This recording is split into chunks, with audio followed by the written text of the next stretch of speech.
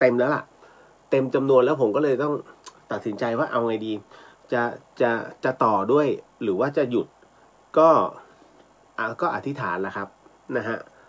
ท่านก็บอกว่าให้หยุดก็เลยผมก็เลยต้องโพสต์ว่าปิดเพราะว่ามันเต็มแล้วแต่คราวนี้ผู้ที่อ่านโพสต์น่าจะอ่านโพสต์แรกคือมันไปโชว์โพสต์แรกไม่ได้โชว์โพสต์ที่สองผมก็ไม่รู้จะทำยังไง ก็อย่างที่ผมว่าตามสัจจะก็คือว่าถ้าโอนเกินเวลาเนี่ยผมจะโอนกลับซึ่งผมก็คือวุ่นนะฮะก็เช็คแล้วก็โอ้โหก็ต้องโอนกลับเสร็จก็ถูกโอนกลับมาแล้วก็บอกว่าร่วมแล้วพี่เดียวจะทำยังไงก็ได้นะฮะจะไปต่อยอดบุญไหนก็ได้ขอโมทนาสาธุ ก็ผมก็เลยบอกว่ามันทำไม่ได้เพราะว่าอันเนี้ยมันคือในส่วนของบุญกองนี้นะฮะแต่คราวนี้ก็ไม่ใช่ท่านเดียวพอไม่ใช่ท่านเดียวเสร็จปุ๊บเนี่ยมาหลายๆท่านผมก็ส่งกลับไปแบบเนี้ยนะฮะก็หลายๆท่านก็เลยบอกว่าขอได้ไหมคือเราก็เห็นด้วยความตั้งใจนะฮะคือท่านแรกน่ะเสียความรู้สึกไปแล้วเพราะผมเป็นคนที่คือมันต้องตรงไปตรงมาเนาะนะฮะอันนี้อย่าว่ากันนะครับเพราะว่าทุกอย่างมันต้องมีกติกาถ้าผมเปิดรับไปเรื่อยๆอย่างเงี้ยนะฮะมันจะกลายเป็นว่าเฮ้ยความใคร่อยากมันเกิดขึ้นนะฮะซึ่งอันนี้ผมเข้าใจว่าญาติธรรมเราไว้ใจแล้วแต่ผมเองเนี่ยผมจะไม่เลยเพราะถ้าปล่อย1 ครั้งมันจะกลายเป็นปล่อยครั้งที่2และปล่อยครั้งที่3ถูกไหมฮะคือมันกลายเป็นเรื่องของความเคยตัวเราต้องฝึกตรงนั้นก็เลย มานั่งพิจารณานะฮะตกลงเราผิดไหมถ้าสมมุติว่ามันเหมือนกับปิดกั้นหรือเปล่าแต่จริงๆมันไม่ใช่เราได้ตามกำหนดแล้วนะฮะหลังจากนั้นเสร็จปุ๊บก็เลยตัดสินใจว่าถ้าเป็นอย่างนั้นเนี่ยอันนี้น่าจะเป็นเฉพาะสีแล้วก็ในส่วนของปูนแต่ในเรื่องของเครื่องไม้เครื่องมือที่มันสึกกร่อนไปผมก็ไม่ได้ไปคิดตรงนั้นแล้วพอดีว่าน้องก็บอกว่าพี่มันยังมีอุปกรณ์เครื่องมือด้วยโอเคงั้นก็เลยผมก็เลยใช้เป็นว่าเป็นกองบุญสมทบเพราะน้องไม่ยอมแจ้งผมแต่ตอนแรกนะฮะพอถึงตรงนี้เสร็จปุ๊บก็เลยโมทนารับแต่ว่าปิดยอดจริงๆไปเรียบร้อยแล้วนะฮะไม่ต้องโอนมาแล้วนะฮะอันนี้ นะครับคือ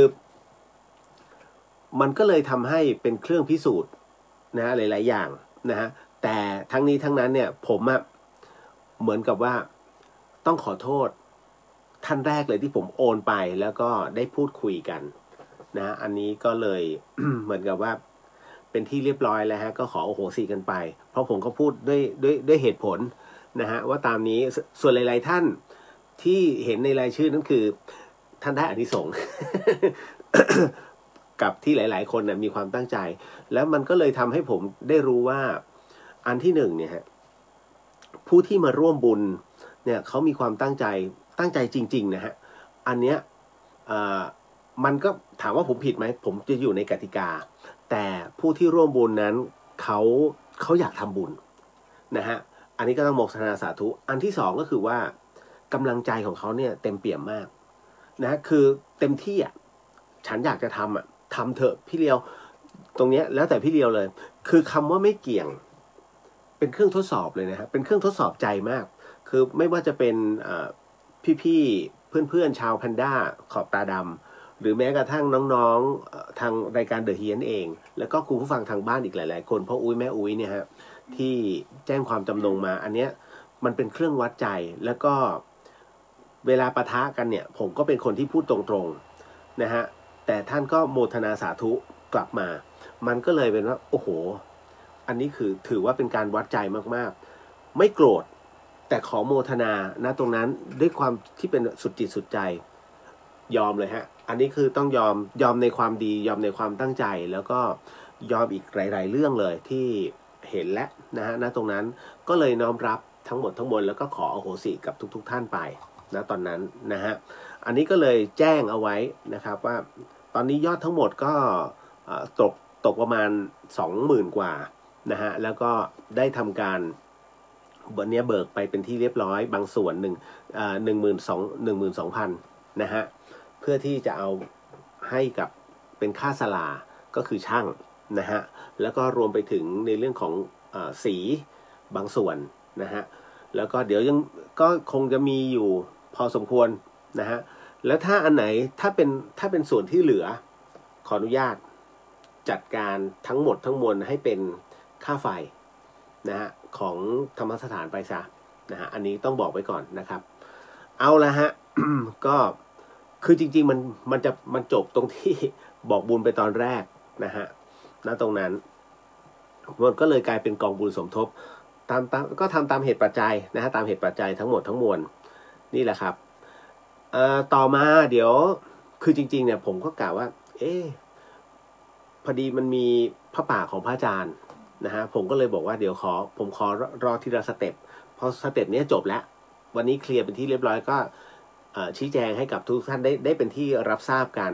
ก็จะเป็นอีกหนึ่งอันก็คือของพระอาจารย์ทรงพลเดี๋ยวพรุ่งนี้ผมโพสต์รายละเอียดนะเพราะว่าพระอาจารย์นั้นท่านอยู่รูปเดียวแต่ก็รับอาคันตุกะนะพอสมควรรวมไปถึงญาติธรรมที่ไปปฏิบัติธรรมรูปเดียวเลยนะแล้วท่านสอนนะฮะในเรื่องการปฏิบัติธรรมเป็นสำนักนะฮะอยู่ที่อำเภอชัยปราการจังหวัดเชียงใหม่นะฮะก็เนื่องจากว่าวันที่ผมเข้าไปปฏิบัติธรรมอ่ะฝนมันตกคุณ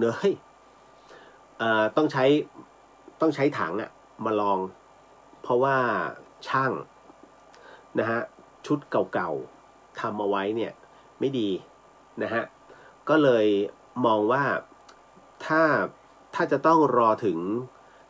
ให้ฝนตกมาอีกทีเนี่ยคงไม่ดีแน่เดี๋ยวองค์พระปฏิมาอะไรหลายอย่างก็จะพังไปและท่านอีกอย่างนึงคือท่านเป็นสายวัดหนองป่าพงฮะก็คือท่านเป็นสายของหลวงพ่อชาสุภัทโทผมเป็นศรัทธาของหลวงพ่อชาอยู่แล้วก็เลยพระอาจารย์งั้นเดี๋ยวเต็มที่ก็เดี๋ยวผมจะบอกบุญให้แล้วกันนะฮะท่านใดที่อยากจะร่วมบุญเดี๋ยววันพรุ่งนี้เนี่ยผมก็จะโพสต์ไปเพราะว่างานจะมีวันที่12แต่ว่าจะปิดรับเนี่ยฮะประมาณวันที่10แต่คราวนี้ผมต้องบอกว่าอันนี้ต้องขอรายชื่อนั้นนิดนึงคือเป็นบัญชีของพระอาจารย์ท่านนะครับแล้วก็ส่งรายชื่อส่งสลิปแล้วก็ชื่อมาเพราะว่าถึงวันนั้นเนี่ยวันที่10ปุ๊บผมจะเอาชื่อของท่านเนี่ยให้เพราะพระอาจารย์ท่านจะสวดแล้วเวลาท่านสวดเนี่ยท่านสวดให้ทั้งหมดเลยนะฮะเหมือนกับไม่ว่าจะเป็นต่อชะตาหรือว่าอะไรก็แล้วแต่นะฮะในเรื่องของเรียกว่าให้พรน่ะแต่ว่าท่านอัดในเรื่องของสมาธิให้ก็แล้วแต่อันนี้ก็แล้วแต่พระอาจารย์ท่านนะครับก็ถ้ามีรายชื่อทั้งหมดท่านก็จะดูยิ่งถ้าเป็นผมไม่แน่ใจว่าเป็นเพนมาไม่น่าเพนเพราะว่าเพนจะเป็นงานของพระอาจารย์ภัสกรนะฮะแต่ตรงนั้นน่ะเดี๋ยวท่านจะทำพิธีให้แล้วก็เหมือนจะใช้คำว่าทำพิธีเรียกว่าเป็นการสวดให้นะฮะให้พรทั้งหมดทั้งมวลเลยนะครับอันนี้ก็แจ้งเอาไว้เดี๋ยววันพรุ่งนี้ผมจะบอกคือตามเหตุปัจจัยนะผมถึงต้องบอกว่าเรื่องพระป่าเรื่องงานบุญเนี่ยถ้าเป็นของสายครูบาอาจารย์เนี่ยเราก็จะไม่พลาด ผมก็ไม่พลาดอยู่แล้วเพราะผมก็ต้องไปร่วมงานนะตรงนั้นด้วยนะฮะอันนี้เรียนเอาไว้เนาะนะฮะแต่ว่าวันพรุ่งนี้เดี๋ยวบอกก่อนอาจจะมีเลทเพราะผมยังไม่บอกเวลาแล้วเพราะครั้งที่แล้วบอกเวลาแล้วผมอยู่ที่วัดพระนอนจักรีผมบอกว่าเดี๋ยวเที่ยงผมจะโพสต์เรื่องของพระสามตนเนาะในเรื่องของการทำสีก็ปรากฏว่าผมไปอยู่ที่วัดพระนอนจักรีจังหวัดสิงห์บุรีก็ได้พูดคุยสนทนาอะไรหลายอย่างและที่สำคัญคือจำได้ไหมฮะผมเล่าเรื่องของนารีผลหรือว่ามัคคลีผลไปได้ภาพมาเรียบร้อยตอนแรกเนี่ยผมอยากไปถ่ายพระนอนจักรีแล้วผมเป็นอะไรที่ค่อนข้างจะมีเป็นความจำที่สั้นก็เลยพูดคุยถามเจ้าหน้าที่เนี่ยบอกผมไม่แน่ใจว่าที่นี่หรือว่าที่พิพิธภัณฑ์ไหนนะที่ท่านมีมัคคลีผลแท้ๆเลยท่านก็เลยบอกนู่นไงตู้นู้นตู้ที่3ผมที่มีเรื่องราวเล่าเลยนะที่ตั้งแต่ของหลวงพ่อจารัญเลยนะนั่นแหละก็ไปอยู่ในท่านแช่อยู่ในเรียกว่าน้ำมันจันทร์นะฮะ3 ตัวนะครับแล้วก็มันจะมีปลอม2คือเรารู้ไงมีปลอม2แต่ของแท้อยู่ข้างในความต่างคือขั้วที่หัวนะฮะว่าปลอมเนี่ยขั้วประมาณไหนแต่ของจริงเนี่ยอีกแบบหนึ่งก็เดี๋ยวเอาไว้วันพรุ่งนี้เดี๋ยวโพสต์ นะให้เห็นโดยทั่วกันมันรู้สึกว่าตื่นเต้นไงแล้วเราก็มีความโอ้ยสุดยอดมากนะฮะแล้ววันนี้ก็ช่วงบ่ายก็ไปที่วัดพระพุทธบาทตากผ้านะฮะก็ไปกราบไหว้ท่านครูบาพรหมมานะฮะแล้วก็ได้ถ่ายถึงกระดูกท่านน่ะซึ่งแปลสภาพเป็นอัฐิธาตุนะครับรวมไปถึงตรงที่เป็นรอยของผ้าที่ตากเอาไว้ผ้าจีวรของพระพุทธเจ้านะฮะที่เปียกน้ำแล้วก็แสงแดดจำได้ไหมฮะประวัติที่ผมบอกนะฮะส่องลงไปจนกระทั่งกลายเป็นเงาพระพุทธบาทตากผ้านะครับรวมถึงรอยพระบาทรอยเท้าเลยรอยพุทธเจ้านะฮะ2 รอยด้วยกันนะครับส่วนรอบๆก็จะมีรอยเท้าของพระอรหันต์เป็นถึงเด็กก็มีฮะก็คือสามเณรซึ่งเป็นพระอรหันต์ในพุทธกาลนั้นมีสามเณรเป็นพระอรหันต์เนี่ยหลายรูปนะฮะหลายรูปก็หนึ่งในนั้นก็จะมีสามเณรที่ถูกใช้ให้ไปตามพวกปุคุต จำได้แบบเดี๋ยวค่อยเล่านะฮะเพราะว่าน้องคนหนึ่งนะฮะพอดีว่าลูกป่วยอันนี้เดี๋ยวผมบอกไว้ก่อนนะลูกเธอป่วยตอนนี้น่าจะอยู่ก็อยู่ที่โรงพยาบาลนะฮะแต่ผมบอกว่าเดี๋ยวสักประมาณเกือบ5 ทุ่มเดี๋ยว5 ทุ่มผมจะเล่าเรื่องตรงนี้ขออนุญาตเป็นการส่วนตัวนะฮะเพราะว่าเด็กรอฟังแล้วเด็กเขาป่วยอยู่นะฮะแม่เขาก็บอกว่าถ้าลูกหายเมื่อไหร่หนูจะพาไปบวชนะฮะก็ตอนแรกบอกว่าจะบวชที่วัดฝ่ายหินผมว่าเดี๋ยววัดฝ่ายหินไม่รับบวชน้องเนนนะ เดี๋ยวไปบวชที่อื่นก็ได้นั่นแหละฮะแต่ว่าขอให้ผมเล่าเรื่องนี้เกี่ยวกับสามเณรนะฮะ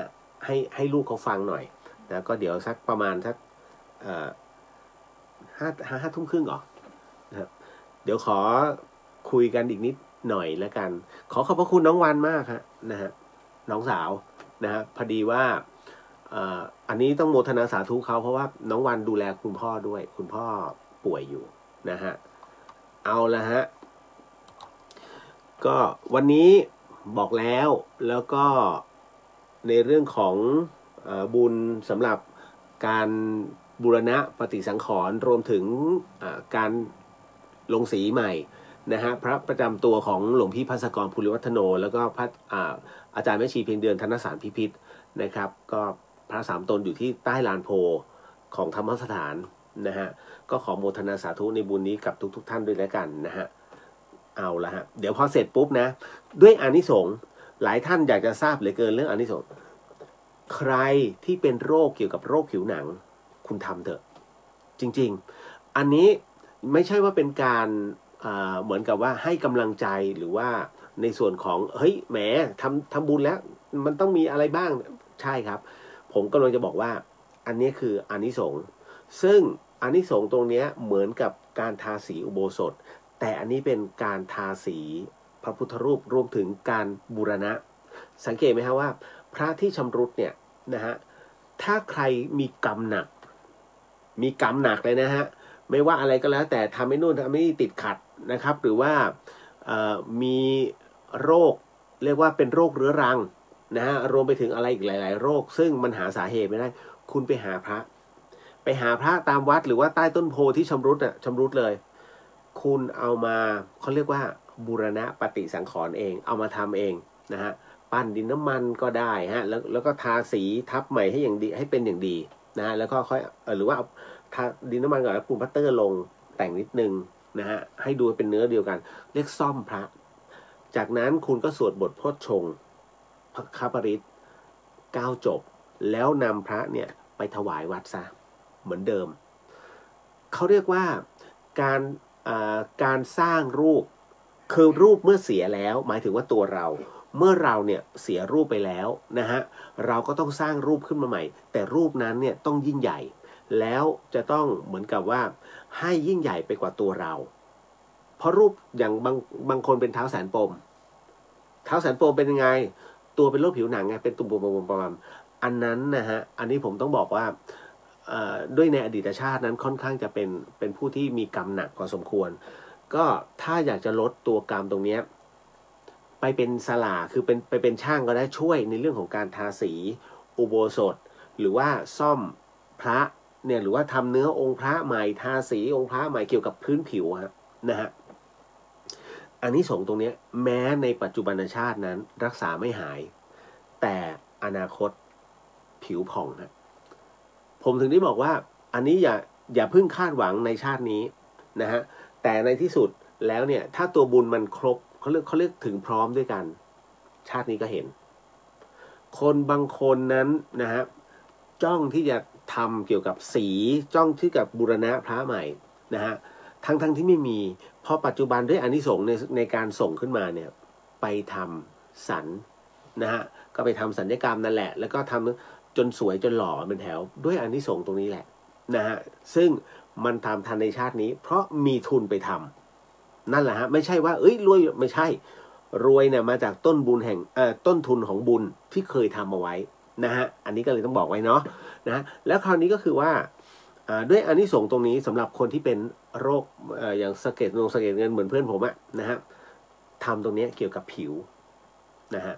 อานิสงส์ตรงนี้จะทำให้ภายในอนาคตตการข้างหน้านะฮะมีผิวที่สวยงามนะมีบุคลิกที่ดีนะฮะรวมไปถึงทั้งหมดเนี่ยเป็นนวลผ่องเป็นยองใหญ่นะฮะแล้วก็ที่สำคัญทั้งหล่อทั้งงามทั้งสวยในอนาคตนะฮะและถ้าหากคุณเป็นเจ้าของบริษัทคุณจะได้แต่บริวารที่มีความซื่อสัตย์ภักดีนะฮะและเป็นคนที่สวยหล่อทั้งนั้นเลยมาเป็นลูกน้องในบริวารด้วยความซื่อสัตย์นะฮะนี่คือด้วยอานิสงส์ของการที่เราทำบุญเกี่ยวกับพื้นผิวนะหรือว่าการบูรณะนะไม่ว่าจะเป็นพระปฏิมาหรือว่าอุโบสถหรือว่าเจดีย์ได้หมดเลยนะรวมไปถึงกุฏินะฮะทั้งหมดได้นะฮะเอาล่ะขออนุญาตนิดนึงกรณีที่ผมขาดตกท่านใดไม่ได้ใส่ชื่อท่านใดต้องขอสีมาณที่นี้นะครับนะแต่ว่ากองบุญเนี้ยปิดไปแล้วนะฮะเดี๋ยววันพรุ่งนี้ค่อยว่ากันใหม่เนาะบางคนบอกรีบหน่อย ใจเย็นๆนะฮะเพราะด้วยตัวผมเองถามว่ารีบไหมก็รีบแหละแต่ว่าก็ไม่รีบจนเกินไปนะฮะคือทำบุญน่ะไม่มีปัญหาเพราะเราทำสุดจิตสุดใจนะฮะแต่ถ้าทำแล้วเราลำบากใจอย่าพึ่งนะฮะเพราะการข้างหน้าเรายังไม่รู้ใจเย็นๆผมจะเป็นคนที่รอจังหวะแล้วก็ทิ้งจังหวะไม่ใช่อยู่ๆแล้วบอกต่อมันก็บางคนเขาก็เนาะน้องแมมสวัสดีครับพี่เลียวขอบคุณและโมทนาสาธุค่ะที่ได้ร่วมบุญบูรณะองค์พระค่ะสาธุไม่ได้ใส่ชื่อน้องแมมลงไปคือเมื่อวานดังทันไหมครับผมก็เลยเขียนไปในFacebook ว่ามายังได้อยู่คือเรื่องของเรื่องเมื่อคืนนี้ที่ผมเงียบไปเนี่ยไม่ใช่ไม่ตอบนะอยากตอบใจจะขาดแต่มันค่อยๆขับรถนะฮะคุณมาถึงเชียงใหม่ก็เกือบเที่ยงคืน มาเรื่อยๆน้องเน่งน้องแกะน้องเน่งน้องแกะ ผมเป็นอะไรที่ขับรถช้าผมขับรถช้ามากด้วยความปลอดภัยนะฮะแต่ช้าจนไม่ให้ข้างหลังเสียจังหวะ นะฮะ กุ๊กกิ๊บทักทายค่ะพี่เลียวสถานีสู้ซ่ามากค่ะอ๋อเดี๋ยวสักครู่ไปบอกท่านแล้วแหละเมื่อช่วง3 ทุ่มนิดนะฮะก็ลงมาจากวัดนั่นแหละคุณปฐมพรสวัสดีค่ะสวัสดีฮะคุณย่าสโหนสวัสดีค่ะคุณเลียวสวัสดีครับนะฮะคุณวรินทรสวัสดีค่ะคุณเรียวอ้าวทำไมมันกลับไปตรงนั้นไม่เข้าใจชีวิตนะฮะแล้วก็มาถึงเป็นตึ๊ดคุณกุ้งนะฮะคุณกุ้งสวัสดีค่ะสวัสดีครับผมนะฮะคุณวรันทรสวัสดีค่ะคุณเรียวสวัสดีครับพี่นะฮะ สวัสดีน้องเรียวและทุกท่านสวัสดีครับพี่สุวันนี้พี่สุก็ร่วมบุญคือไม่ใช่หรอกพี่สุส่งมาตั้งนานแล้ว แล้วคราวนี้ก็คือว่าพอมาถึงผมก็ไม่รู้หรอกก็จะมีกล่องใหญ่อันนึงซึ่งน้องเขาส่งมานะฮะเป็นอะไรนะหมวกใช่ไหมนั่นนะฮะ ก็เลยสามารถนะฮะก็น้องปฐมพรส่งมาให้นะครับก็เลยจะเอาไปให้ชาวเขาบางส่วนนะฮะแล้วก็ให้พระสงฆ์บางส่วนเท่านี้ ของพระสงฆ์ที่วัดฝายหินแล้วก็ที่ธรรมสถานเนี่ยท่านบอกเยอะแล้วบอกไม่เป็นไรหลวงพี่ก็บอกหลวงพี่เขมเอาเหอะเดี๋ยวโยมจะเสียน้ำใจบอกได้เดี๋ยวท่านจะเดี๋ยวก็ต้องประเคนแต่จริงๆแล้วท่านบอกว่าที่จะไปแจกของเนี่ยเดือนมกรานั่นน่ะเอาไปให้พระที่สำนักสงฆ์บนดอยซะเพราะว่าท่านน่ะไม่มีตรงนี้มีบอกได้ก็เดี๋ยวตามเหตุปัจจัยเพราะน้องเขาทำมา100 หมวก100 ใบสบายนะนั่นแหละฮะส่วนพี่สุเองก็ส่งทั้งในเรื่องของเครื่องยาขนมนะฮะแล้วก็ปัจจัยส่วนหนึ่งนะครับเพราะผมคือถ้าเปิดมาไม่เห็นปัจจัยนะโอเคแต่พอเปิดมาแล้วเห็นปัจจัยปุ๊บโอ้โหทั้งหมดทั้งมวลผมถวายพระ ก็มันก็จะประมาณนั้นคือบางทีประมาณว่าเราก็ต้องเข้าใจว่าเขาฝากทำบุญเนาะก็เลยจัดการให้แล้วท่านก็รับเอาไว้ตรงนี้เป็นค่าน้ำค่าไฟแล้วก็บางส่วนนั้นก็ท่านรับไว้เพราะผมถวายก่อนเพลท่านก็เลยรับอาหารได้เอาไปแจกกัน โอ้ยโมทนาสาธุก็เลยนะฮะทุกท่านได้หมดญาติธรรมโมทนาสาธุนะครับพี่สุนะฮะเอาละต่อมานะฮะคุณมุกมิกสวัสดีเจ้าพี่เลียวขอบพระคุณนะฮะพี่อุทิศนะฮะโมทนาสาธุด้วยเพราะว่าพี่อุทิศวันนี้ส่งเหรียญนะครับมาให้เพราะอันเนื่องมาจากว่าของที่ธรรมชาติคือผมต้องเรียกว่ามันต้องปลูกเสกนะฮะวันนี้พี่อุทิศได้เอาตัวอย่างมาให้ผมได้ดูนะครับเป็นเหรียญหลวงพี่ภาสกรนะครับแล้วก็จะใช้ในแจกเฉพาะที่ภาคเหนือนะฮะภาคกลางไม่ได้นะฮะก็จะเป็นเนี่ยครับเห็นไหมฮะเฉพาะอันนี้ก่อนนะฮะอันนี้ฮะกล้องนี้เห็นไหมฮะเป็นรูปของหลวงพี่ภาสกรพร้อมกับวันเดือนปีเกิดของท่านนะครับ28 ธันวาคม 04นะฮะนี่ฮะก็จะได้อยู่ในหนังสือปฏิจจ์เช่นกันก็จะแจกนะฮะมีจำนวนจำกัดนะครับ นะไม่บอก ว่าเท่าไหร่ก็ขอโมทนาสาธุกับพี่ด้วยนะฮะต่อมาจริงๆนะงานหลวงพี่ถ้าไม่ได้ญาติธรรมหลายๆท่านที่เข้ามาร่วมนะฮะผมก็มองว่าคือทุกท่านเนี่ยลูกศิษย์ลูกหาท่านเนี่ยก็เป็นส่วนหนึ่งส่วนฝ่ายญาติเองก็เป็นส่วนหนึ่งนะฮะก็จึงถามว่าราบรื่นไหมทุกงานย่อมมีอุปสรรคเล็กน้อยแต่ผมเชื่อมั่นว่าเดี๋ยวก็ผ่านไปได้ด้วยดีวันที่18-19นะครับ18-19ที่ศาลา5วัดมกุฎกษัตริย์นะครับกรุงเทพมหานครสังขารสรีระสังขารหลวงพี่เนี่ยจะถูกเคลื่อนมาตั้งแต่เช้านะฮะจากศาลา8มาศาลา5นะฮะ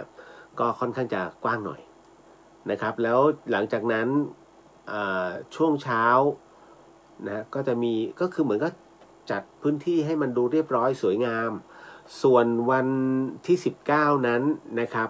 หลวงพี่ท่านเนี่ยก็จะเริ่มเผาสรีระสังขารก็คือ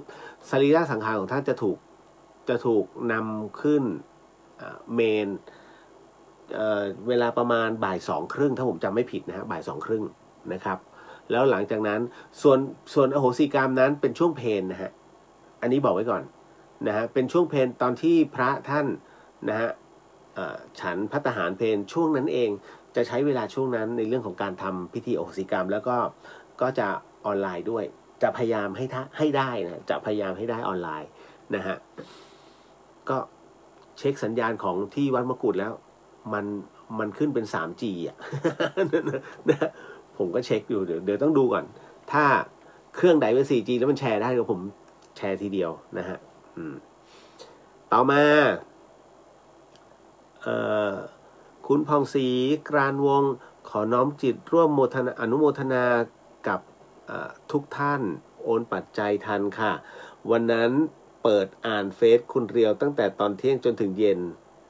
ไม่เห็นโพสต์ก็เลยคิดว่าคงจะเปลี่ยนเป็นวันรุ่งขึ้นพอมาดูอีกทีนึง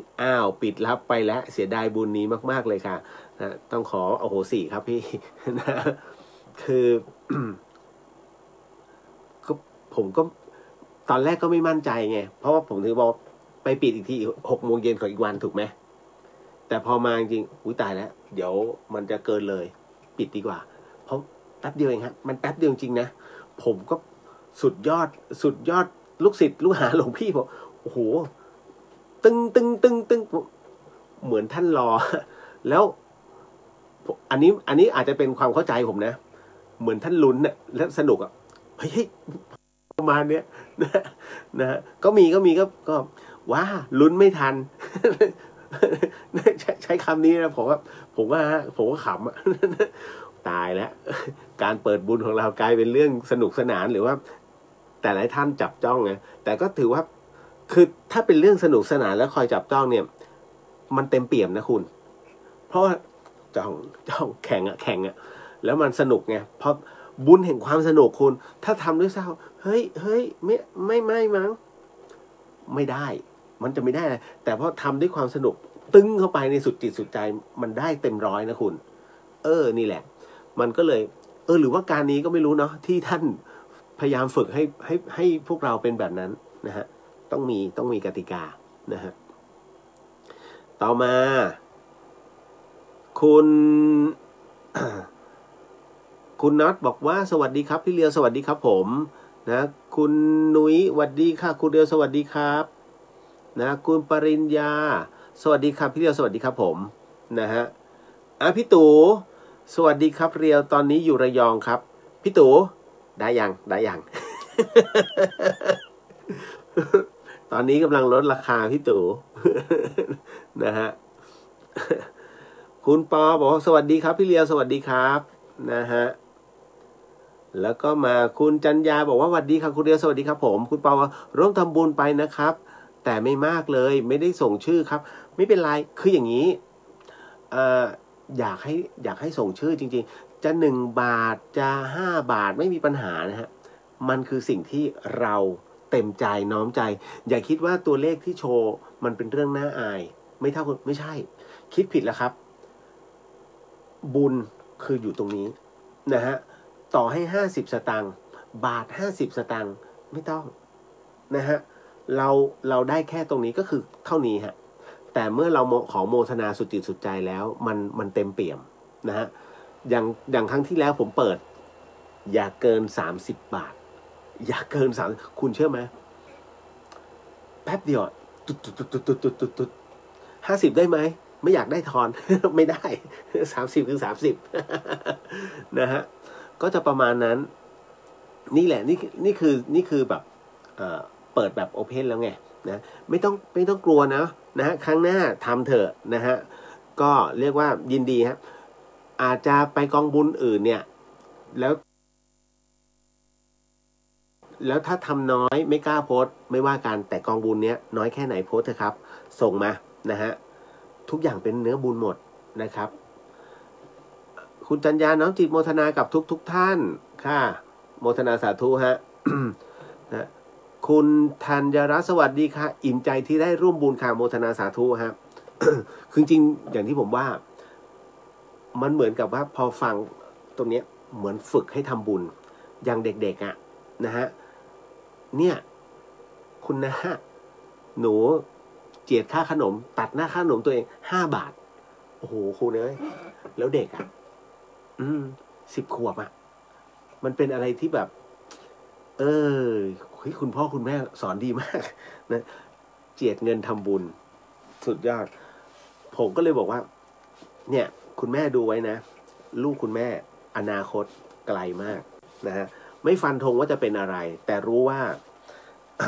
ไปไกลเพราะว่าอะไรเพราะรู้จักให้เป็นทานทำบุญให้เป็นทานโดยที่เขามีใจที่บริสุทธิ์นะฮะถ้าฝึกแบบนั้นได้เนี่ยสุดยอดนะฮะคือบุญเนี้ยอานิสงส์เนี้ยถึงคุณพ่อคุณแม่ด้วยนะเพราะว่าเขาสามารถอธิบายลูกนะฮะซึ่ง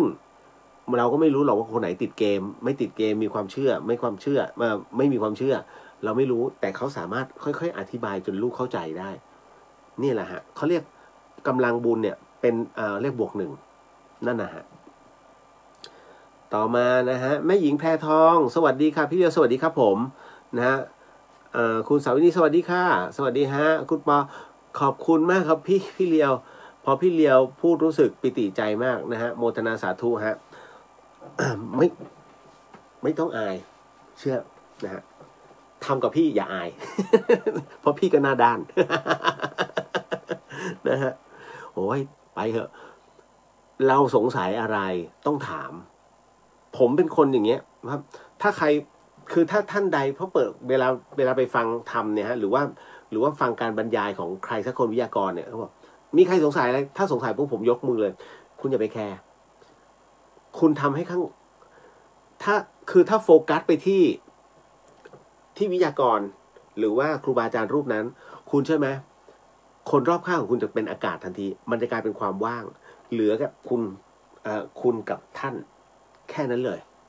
ที่กำลังสนทนากันอยู่ใครไม่ฟังใครจะนินทาหวายคำถามแค่นี้มึงจะมาถามทำไมวะอ้าวไม่ต้องไปสน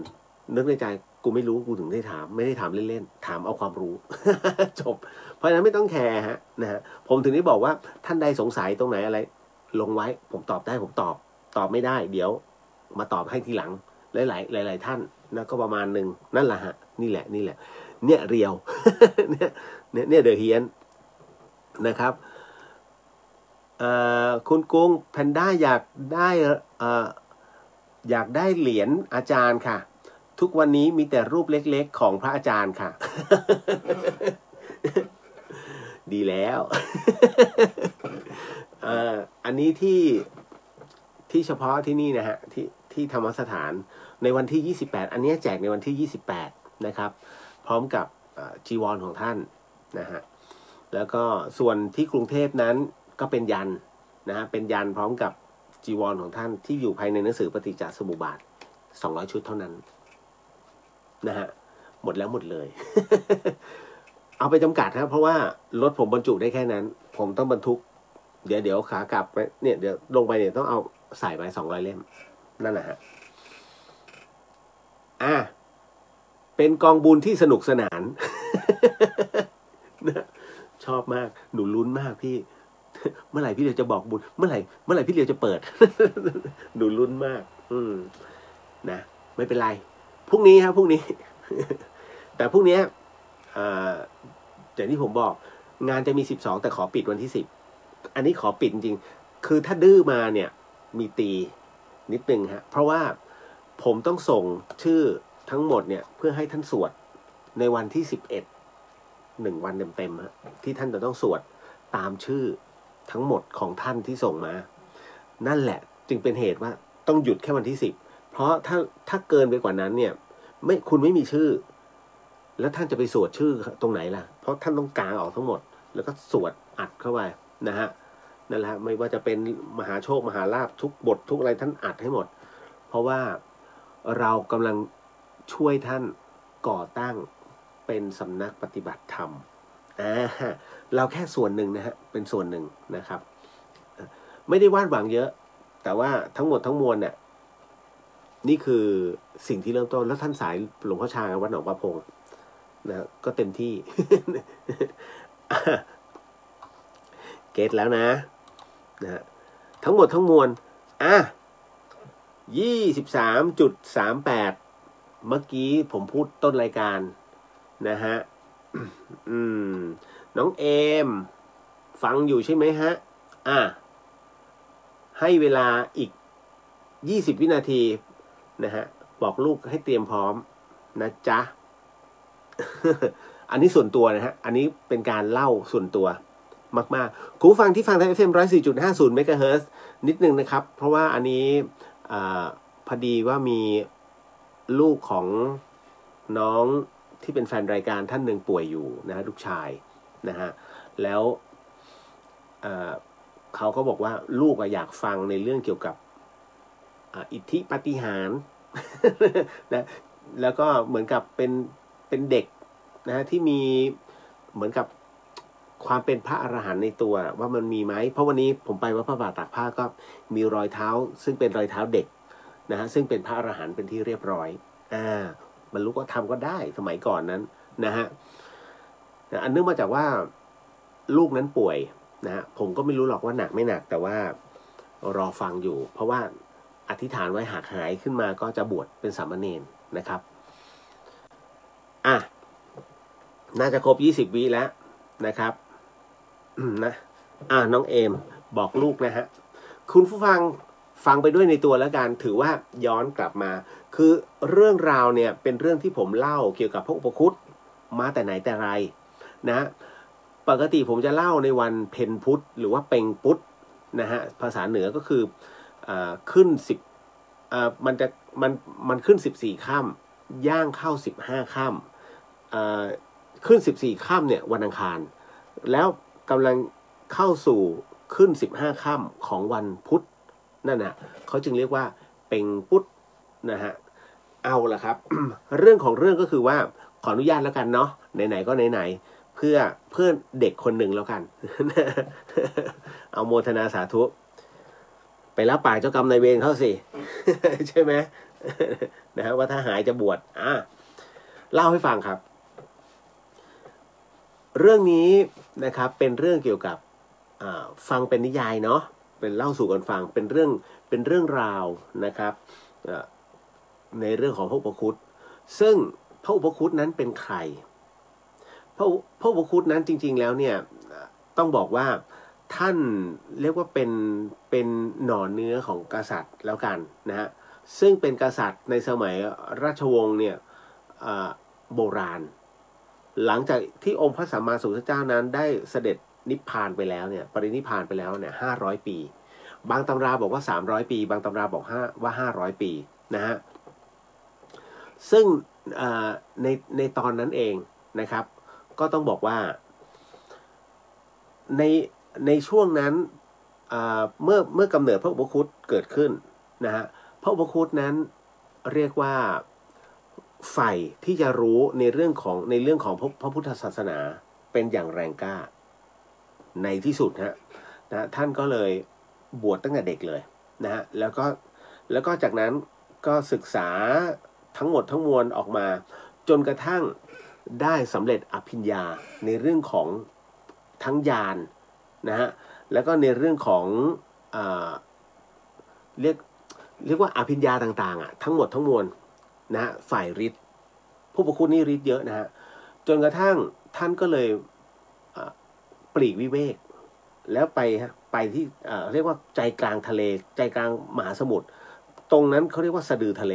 พระพุทธคุณจึงขอก็คือเรียกว่าแหวกเสกให้มหาสมุทรนั้นแหวกออกนะฮะแล้วลงไปใต้สมุทรโดยที่มีรัศมีคล้ายๆเป็นแก้วครอบตนเอาไว้นะฮะที่สะดือทะเลนั่งภาวนาจนถึงทุกวันนี้นะฮะพระพุทธคุณยังไม่มรณภาพนะเป็นความเชื่อกันแบบนั้นนะฮะท่านยังคงบำเพ็ญอยู่ใต้สะดือทะเลแต่คราวนี้ปรากฏว่าในสมัยนั้นเองฮะหลังจากที่องค์พระสัมมาสัมพุทธเจ้านั้นได้นิพพานไปแล้ว500 ปีนะฮะก็ปรากฏว่าในสมัยนั้นพระราชาเนี่ยนะครับหรือพระเจ้าอโศกท่านพยายามรวบรวมนะฮะพระบรมสารีริกธาตุทั้งหมดนะฮะแล้วทำเป็นมหาเจดีย์ขึ้นมาใหญ่มากนะซึ่งพราหมณ์เนี่ยก็บอกว่าท่านต้องเรียกว่าทำการเฉลิมฉลองทั้งหมดทั้งสิ้น7 ปี7 เดือน7 วันต้องทำตลอดนะฮะคือต้องจัดแบบนี้ตลอดนะฮะ7 ปี 7 เดือน 7 วันจนกระทั่ง พระราชาก็ตกลงนะฮะก็จึงให้มีการประชุมสงฆ์เกิดขึ้นนะว่าเราจะทำการเรียกว่าเฉลิมฉลองนะฮะที่สร้างมหาเจดีย์เป็นที่เรียบร้อยนะฮะทั้งหมดทั้งสิ้นเป็นระยะเวลา7 ปี 7 เดือน 7 วันแต่คราวนี้ในสมัยนั้นพระพุทธเจ้านั้นท่านนิพพานไปแล้วแต่พญามารยังไม่นิพพานนะพญามารยังไม่ตายพญามารนั้นเมื่อยังไม่ตายแล้วเนี่ยนะฮะพญามารถ้าไม่มีพระเจ้าไม่มีพระพุทธเจ้านั้นจะเป็นคนที่ดีมากนะพญามารเนี่ยแต่คราวนี้เรียกว่าเขาเรียกกันไว้ดีกว่าแก้ทั้งหมดทั้งมวลก็มาประชุมกันว่าถ้าเราจะจัดงานเพื่อเรียกว่าถวายแด่องค์พระสัมมาสัมพุทธเจ้าก็คือองค์พระบรมสารีริกธาตุของพระองค์ท่านเนี่ยก็ทำได้แต่เกรงว่าพญามาร พญามารนั้นจะมาก่อกวนเพราะเมื่อไหร่ก็ตามที่พญามารได้ยินคำว่าพระพุทธเจ้าแสลง แสลงมากคันนะคันโอ้ถ้าเป็นเกี่ยวกับพระพุทธเจ้าไม่ได้ต้องขัดขวางนี่คือพญามารนะฮะไม่เบื่อไม่เมากันนะฮะคราวนี้ก็เลยตกลงกันว่าแล้วจะเอาอย่างไรทั้งหมดทั้งมวลที่ประชุมสงฆ์เป็นพระอรหันต์ทั้งสิ้นนะฮะมีทั้งฝ่ายฤทธิ์นะฮะมีทั้งฝ่ายปัญญานะฮะทุกฝ่ายนี้เมื่อมาประชุมกันหมดเนี่ยแต่เช็คกันแต่ละรูปไม่มีฤทธิ์สู้พญามารได้สักรูปเดียวบารมีไม่ถึง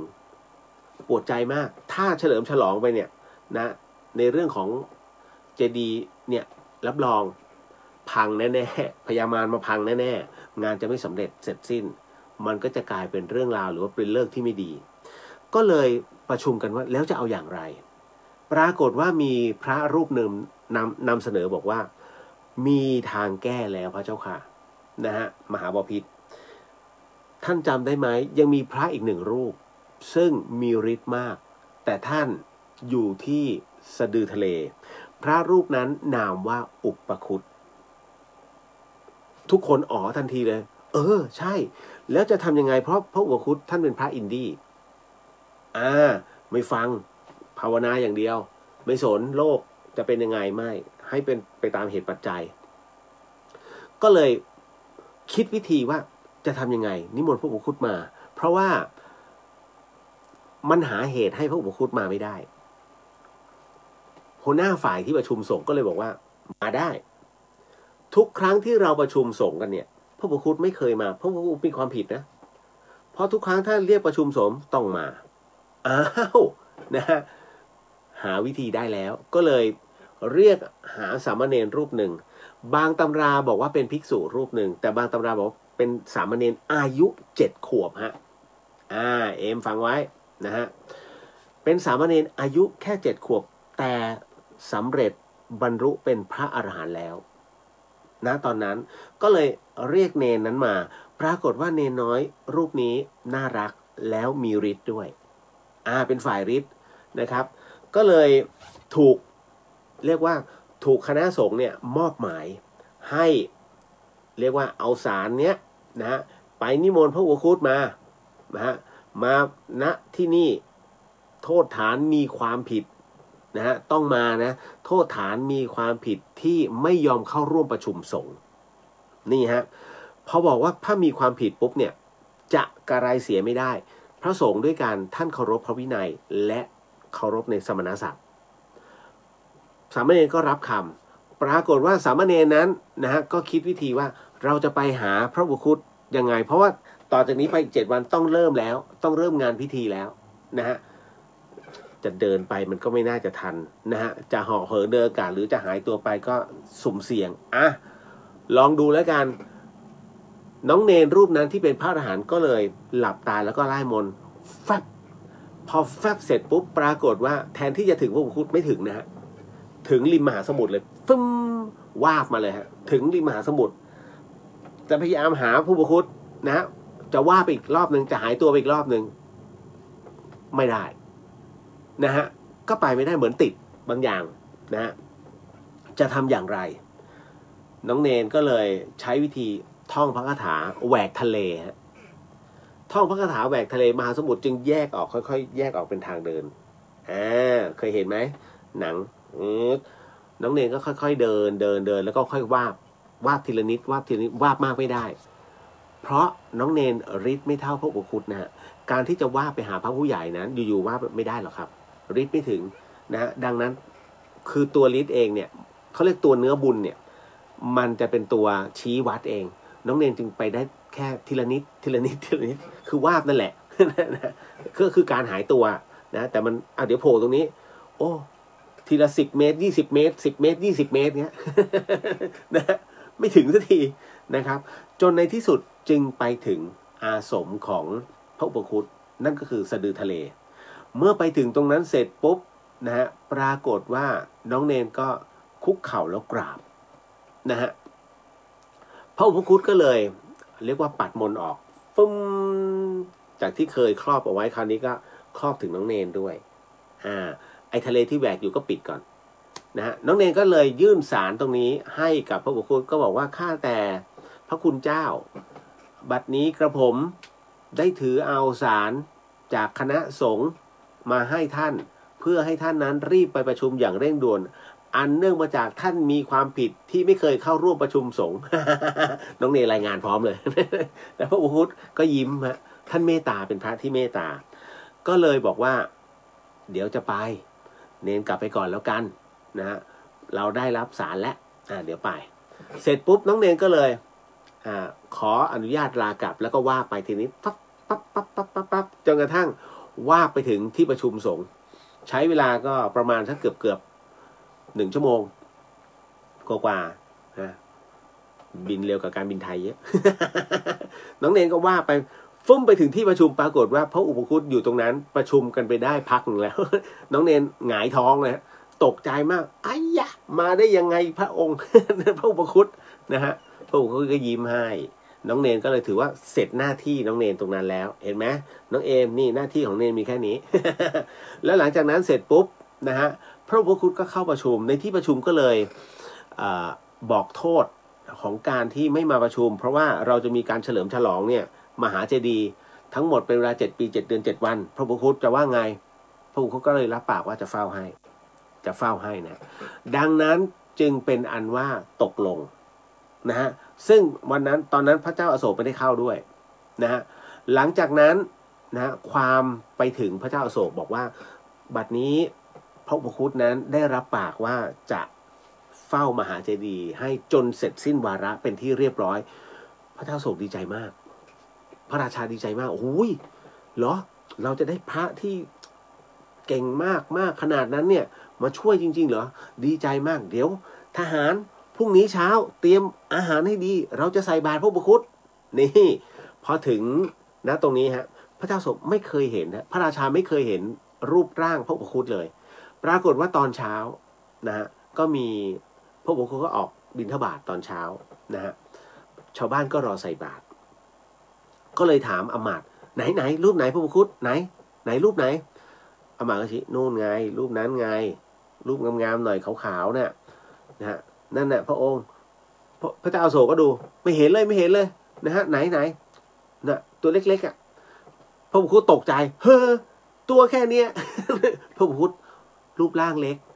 ผิวขาวนะผอมเพรียวงามนะฮะแต่ถ้าเป็นถ้าอยู่นอกสมณะเขาเรียกหล่อมากหล่อสัตว์ แต่เนี้ยท่านเป็นพระก็ต้องใช้คำว่างามพระอุปคุตพระราชาพอเห็นตกใจเนี่ยนะที่บอกว่าจะมาเฝ้าเราจะมาสู้กับพญามารจะไหวเลย เอามาต้องลองดูครับพระเจ้าอโศกท่านก็เลยมานั่งคิดวิธีขอเทสหน่อยที่ว่าเก่งนักเก่งหนาก็เลยบอกอมาตย์เอ้ยในวังของเรามันมีช้างตกมันไม่ใช่เหรอนั่นน่ะไปเอาปล่อยมาเลยปล่อยไปหาท่านเลยนั่นน่ะปรากฏว่าอมาตย์เองก็ตกใจเอางั้นจริงเหรอท่านจริงไปอมาตย์ก็เลยปล่อยปรากฏว่าช้างที่กำลังตกมันนะช้างพลายนะวิ่งกึบจะชนพระอุปคุตให้ได้งากำลังงอกสวยน้ำมันเยิ้มหัวเลยนะฮะปรากฏว่าพอพระอุปคุตนั้นมองเห็นช้างที่กำลังดิ่งตรงมาพระอุปคุตยกมือขึ้นมาธรรมดาแล้วกล่าวอย่างสุภาพ stop นะไม่ใช่ท่านก็ยกมือขึ้นมาธรรมดาปรากฏว่าช้างนี้หยุดนิ่งฮะพอหยุดนิ่งเสร็จปุ๊บปรากฏว่าแทนที่มันจะคำรามหรือว่าทำร้ายไม่ใช่นะพอหยุดนิ่งเสร็จปุ๊บมันค่อยๆก้มหัวลงพร้อมกับย่อเข่าย่อเท้าลงเป็นการกราบพระอุปคุตนะฮะแล้วก็ลุกขึ้นมาอย่างเชื่องเลยฮะแล้วก็เดินตามพระอุปคุตไปพระเจ้าอโศกเห็นดังนั้นเนี่ยตกใจโอ้โหเก่งปานนี้นะฮะก็เลยได้ใส่บาตรแล้วก็ได้กราบพระอุปคุตนะฮะพระอุปคุตท่านก็ทราบแล้วนะว่าเป็นแผนใคร ท่านรู้ไงท่านมีอภิญญานะฮะพอเสร็จปุ๊บปรากฏว่าเริ่มในการเฝ้าเลยวันแรกผ่านไปนะพระอุปคุตนั่ง ฉันข้าวก็ฉันตรงนั้นนะฮะจะเรียกว่าเข้าห้องน้ำก็ตรงนั้นนะฮะก็ปรากฏว่าวันที่สองดูท้องฟ้าเปลี่ยนสีแต่ยังไม่มีอะไรฮะวันที่สามนะฮะในขณะนั้นเองเนี่ยพระอุปคุฎก็มองแล้วว่าเมื่อท้องฟ้าเปลี่ยนสีขนาดนี้นะฮะแล้วรูปร่างของท้องฟ้านั้นนะฮะดูแล้ววันนี้น่าจะมีบางอย่างเกิดขึ้นพระอุปคุฎก็เลยนั่งเฝ้าตลอดไม่ฉันข้าวเลยฮะไม่ฉันแล้วก็มองจนกระทั่งนะเที่ยงนะฮะเที่ยงเวลามองท้องฟ้าตอนเที่ยงน่าจะประมาณไหนฮะหน้าต้องแหงนขึ้นณตรงนั้นนั่นเองนะลืมไปว่าอุ้ยมันจะเที่ยงแล้วเหรอก็เลยดูไปด้วยเพราะท้องฟ้าเริ่มเข้มขึ้นเริ่มเปลี่ยนสีมือก็เลยจกไปที่บาตรแล้วก็เอาข้าวขึ้นมา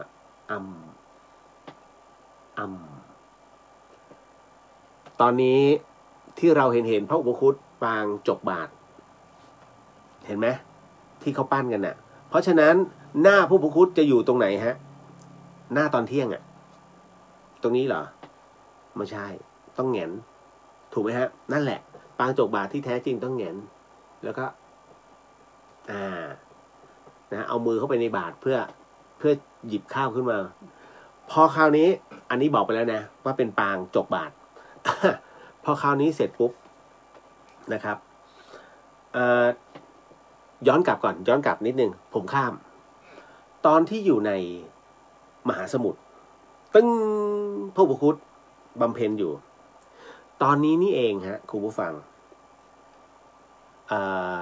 ที่เราจะคุ้นเคยกันก็คือพระมาลัยถูกไหมนะฮะเป็นภาพของเดี๋ยวเรียกอะไรนะผมจำไม่ได้แล้วเดี๋ยวไม่ใช่พระมาลัยที่จะมีอีก4เป็นพระบริวาร4 ตนนะฮะพระบัวเข็มขออภัยเป็นพระบัวเข็มไม่ใช่พระมาลัยเรียกว่าพระบัวเข็มฮะพระบัวเข็มนั่นคือพระอุปคุฎนะฮะเป็นตอนที่นั่งสมาธิอยู่สะดือทะเลใครมีไว้ติดบ้านพระบัวเข็มนะไม่ใครมีไว้ติดบ้านเขาบอกว่าจะใช้คำว่าเขาก็ไม่ได้นะฮะโบราณว่าไว้ว่าหากใครมีพระบัวเข็มติดบ้า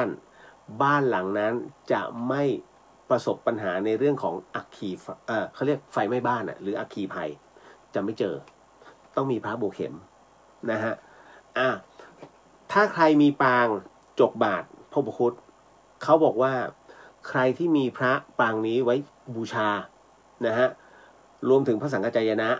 แล้วก็พระศิวลี3 องค์นี้บูชาไว้ไม่มีอดตายมีกินมีใช้ตลอดอาจจะมีติดขัดบ้างเล็กน้อยเหมือนพระบิณฑบาตไม่ได้วันนี้หรือว่าได้น้อยประมาณนั้นติดขัดบ้างเล็กน้อยนะแต่มีกินมีใช้ไปตลอดนะก็จะเป็น3 ปางนี้เอาละกลับมาถึงในเรื่องของพระอุปคุฎฮะพอมาถึงตอนพระอุปคุฎท่านก็นั่ง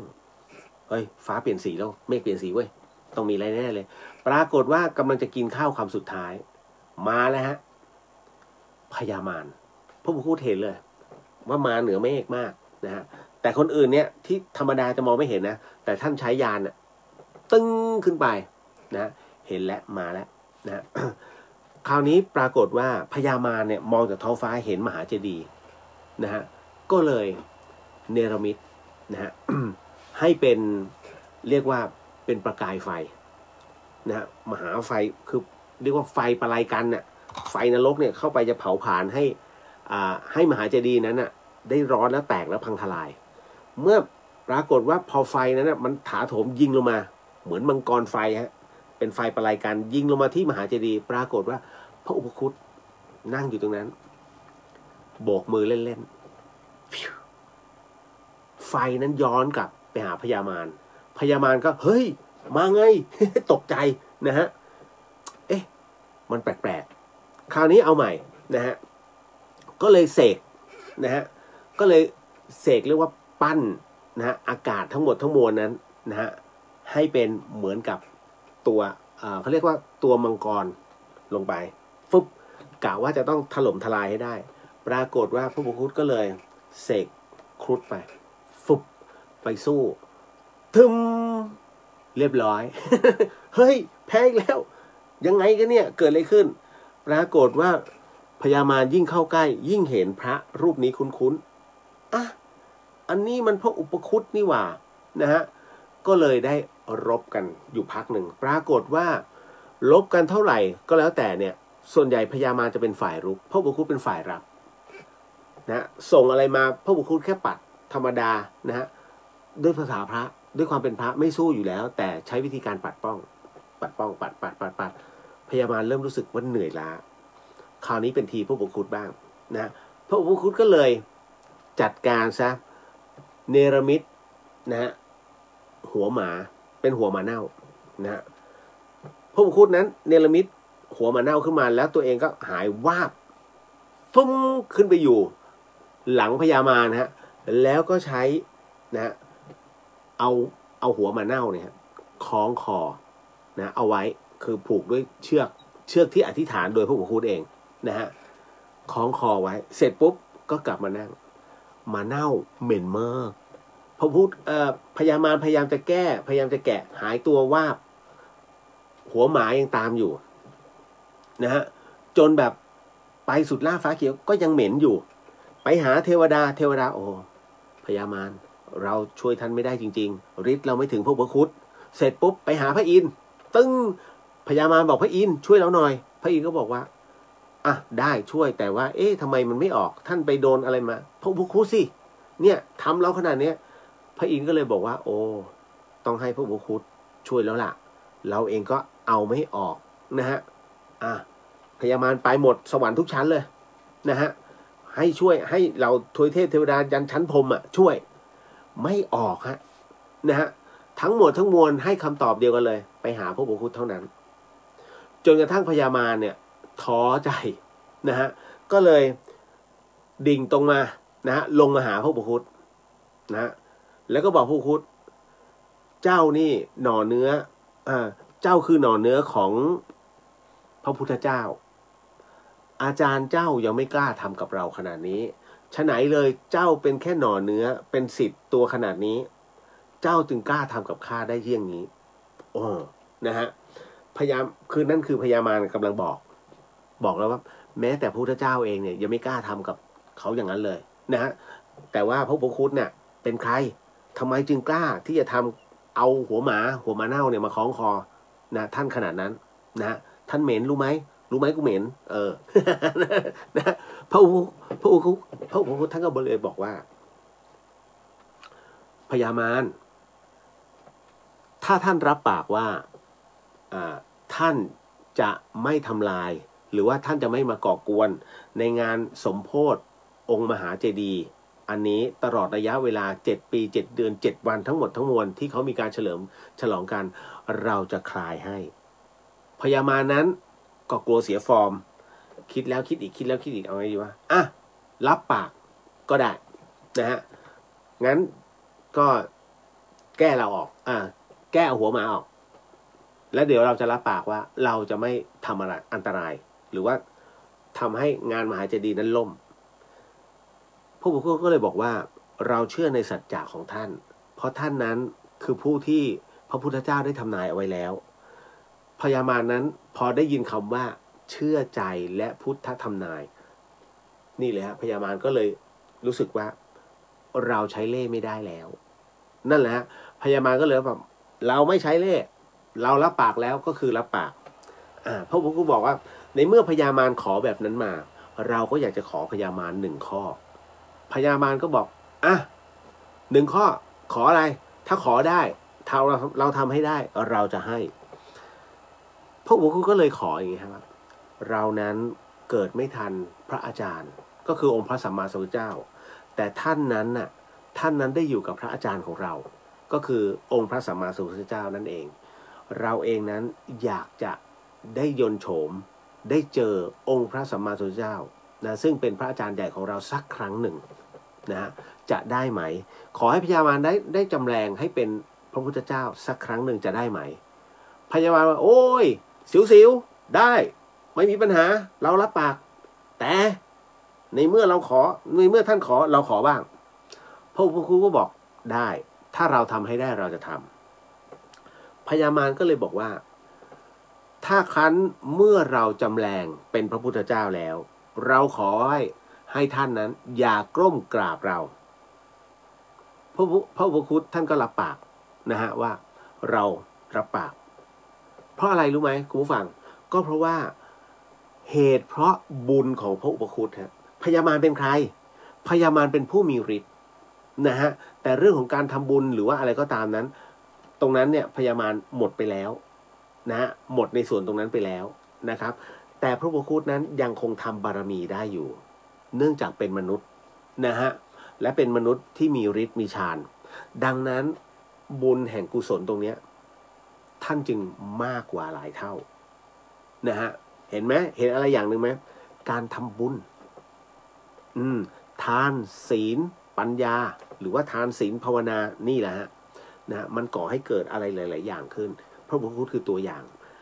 แต่คราวนี้ฮะคุณผู้ฟังก็ปรากฏว่าอย่างนี้หลังจากที่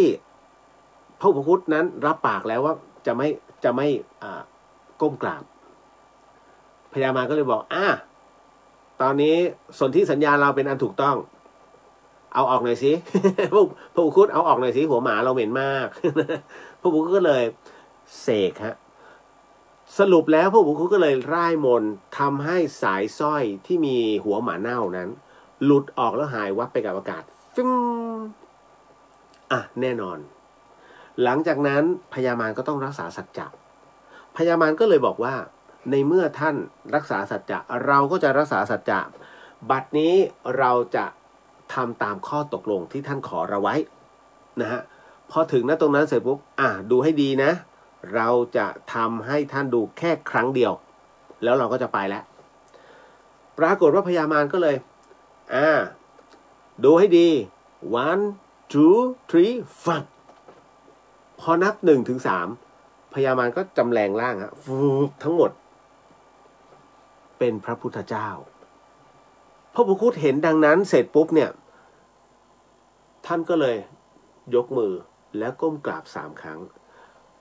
พญามารตกใจมากไหนรับปากแล้วไงว่าจะไม่กราบทำไมพระอุปคุตผิดสัญญาแบบนั้นนะฮะพญามารก็เลยมองไปรอบๆปรากฏว่าพระภิกษุที่เป็นพระอรหันต์ทั้งสิ้นในสมัยนั้นก้มกราบทุกคนขอไปก้มกราบทุกรูปฮะแม้กระทั่งประชาชนรวมถึงพระราชาด้วยซึ่งไม่เคยเห็นพระพุทธเจ้ามาก่อนทุกคนก้มกราบบัดนี้พระอาจารย์ใหญ่ก็คือองค์พระสัมมาสัมพุทธเจ้าได้อยู่เบื้องหน้าเราแล้วนะพระอุปคุตบอกว่าพญามารเราไม่ได้กราบพญามารเราไม่ได้กราบท่านแต่เรากำลังกราบองค์พระสัมมาสัมพุทธเจ้าผู้เป็นพระศาสดาและเป็นบิดาของพวกเราดังนั้นณตอนนี้เราจึงกราบพระพุทธเจ้าพญามารได้ยินตรงนั้นเนี่ยรู้สึกว่าคือท่านต้องเข้าใจนะฮะพระอรหันต์ก้มกราบซึ่งตอนนั้นพญามารไม่ใช่พระอรหันต์นะฮ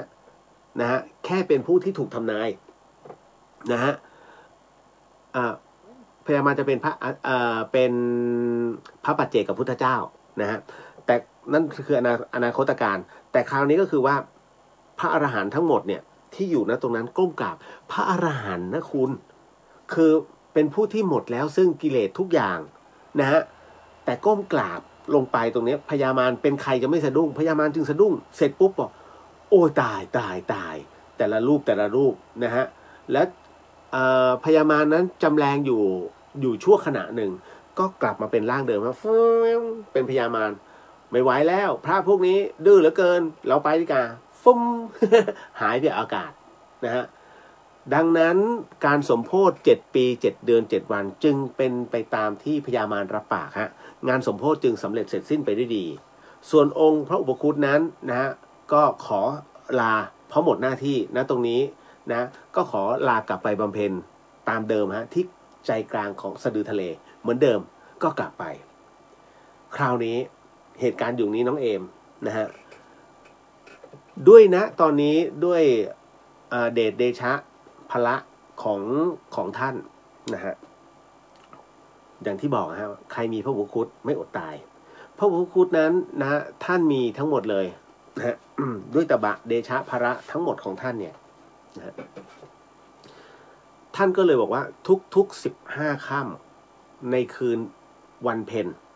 นะของวันพุธนะฮะเริ่มวันพุธเมื่อไหร่นะตอนนั้นเนี่ยท่านจึงจำแรงออกมาเป็นสามเณรแล้วสามเณรคือสามเณรรูปที่มาหามาเอาดีกามาเอาใบนมัสการเนี่ยฮะที่จะต้องให้เป็นบัตรเชิญเนี่ยไปประชุมสงฆ์เนี่ยรูปนั้นเลยพระพุทธจึงจำแรงเป็นร่างของสามเณรรูปนั้นซึ่งเป็นพระอรหันต์เหมือนกันเนี่ยให้เดินก็คือเดินบิณฑบาตช่วงกลางคืนนะฮะริมฝั่ง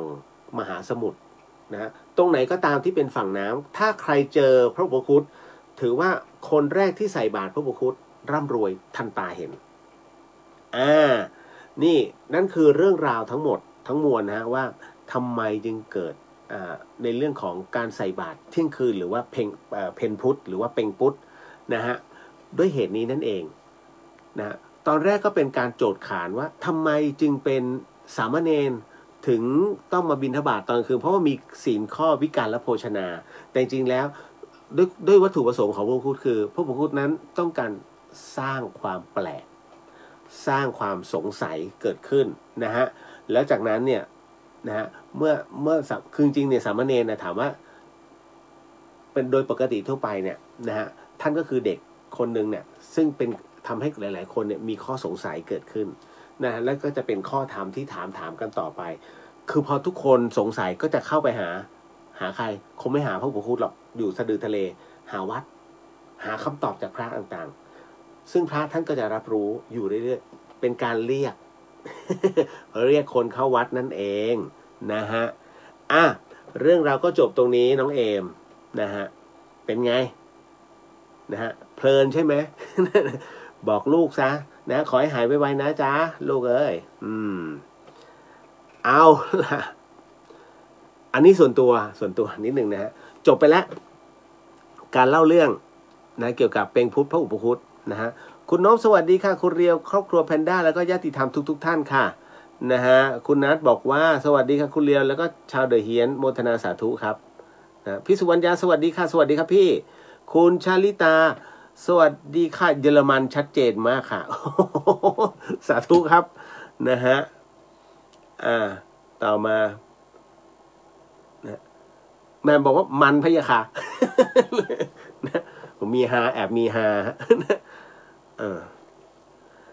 อันนี้แต่จริงๆเดี๋ยวจริงๆแล้วถามว่าเพนพุทธนั้นเนี่ยเป็นเรื่องของสามเณรนะพระพุทธจำแรงเป็นสามเณรไม่เกี่ยวกับพระก็มีแจมอันนี้อาบัติ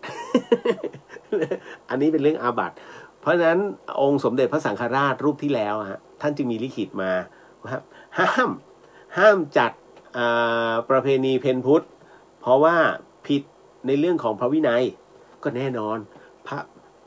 คือสามเณรยังพอทนแต่ภิกษุเนี่ยบิณฑบาตกลางคืนเงี้ยสมมุตินะไม่ใช่เพนพุทธและท่านเห็นภิกษุบิณฑบาตเนี่ยกลางคืนตอนเนี้ยอย่างเงี้ยเที่ยงคืนกว่าเนี่ยคุณคิดไงไม่งามใช่ไหมหรือถูกตำหนินั่นแหละมันไม่ใช่เวลา แต่อันนี้ก็คือเพราะฉะนั้นท่านถือว่าอันนี้มันเหมือนกับเป็นกิจกรรมของสามเณร นะฮะเอาละก็เดี๋ยวนะฮะถือได้ว่าเป็นเรื่องราวที่เล่าสู่กันฟังนะฮะต่อมาคุณจัญญาบอกว่าเมื่อวันพุธได้มีโอกาสไปจัดกระดูกกับที่หมอตู่มาค่ะที่คุณเรียวแนะนำดีมากๆค่ะขอบพระคุณพี่หมอตู่ด้วยฮะจริงดิที่ไหนยังไง เดี๋ยวพุธที่ผ่านมาเหรอฮะเหมือนว่าผมก็ไปหาพี่ตู่นะเดี๋ยวนึกก่อนผมไปหาพี่ตู่วันไหนพี่ตู่อยู่ป่ะผมไปหาพี่วันไหนนะ ที่บ้านพี่ปุ๋ย นะฮะไม่พอดีพี่ผมนะฮะที่ทำงานด้วยกันนะฮะท่านฝากของมามอบให้กับวัดฝายหินก็คือเป็นชุดลำโพงแล้วก็มิก นะฮะก็แล้วพอดีแกมอบไมค์มาให้ตัวหนึ่งกับสายมิกก็เลยเอามาให้ผมก็ไปอยู่กับพี่ตู่อ๋อแล้วนะพอดีแกขึ้นมาแล้วไประยองไงฮะเรียกว่าจัดสมดุลกระดูกนะครับเพราะว่าพี่ตู่จะตึกเพราะว่าหมอตู่7 นาทีจะเรื่องจริงนะฮะคุณจิตรณชาบอกว่าสวัสดีค่ะจะมาเช็คอีกบุญปรากฏมีไลฟ์หรือคะอาจมีราตรีสวัสดิ์สลบก่อนนะคะพรุ่งนี้ต้องตื่นเช้าไม่เป็นไรโมทนาสาธุพรุ่งนี้แหละครับผมถึงจะโพสต์ในเรื่องของอีก1บุญนะฮะใจเย็นๆใจเย็นๆเห็นไหมผมบอกแล้วจะมีหลายท่านเริ่มทวงบุญ นะฮะอันนี้เปิดยาวหน่อยก็แค่วันที่10แต่ว่าพอทำแล้วอย่าลืมนะฮะส่งมาในอินบ็อกซ์เพราะว่าผมต้องปริ้นชื่อตรงนี้ให้ท่านได้สวดนะครับผมจะมีอย่างนี้กับครูบาอาจารย์เดี๋ยวนิมนต์สวดให้โยมหน่อยนะ คือบางคนดวงตกนะฮะอันเนี้ยถามว่าผมสนับสนุนในเรื่องของสิ่งที่ไม่ใช่พระนิพพานไหมผมบอกว่านี่คือกำลังใจมันเป็นการเสริมซึ่งบทสวดของท่านที่ใช้สวดเป็นบทสวดเจริญพุทธมนต์ที่มีทั่วไปเพียงแต่ว่าท่านอัดพลังไปหมายถึงว่าตัวจิตที่ท่านบำเพ็ญอยู่ท่านก็ขอโมทนาบุญตรงนั้นคุณได้ตรงนั้นนั่นแหละนะผมไม่ใช่ว่าเอาชื่อมาทุกคนอ้าว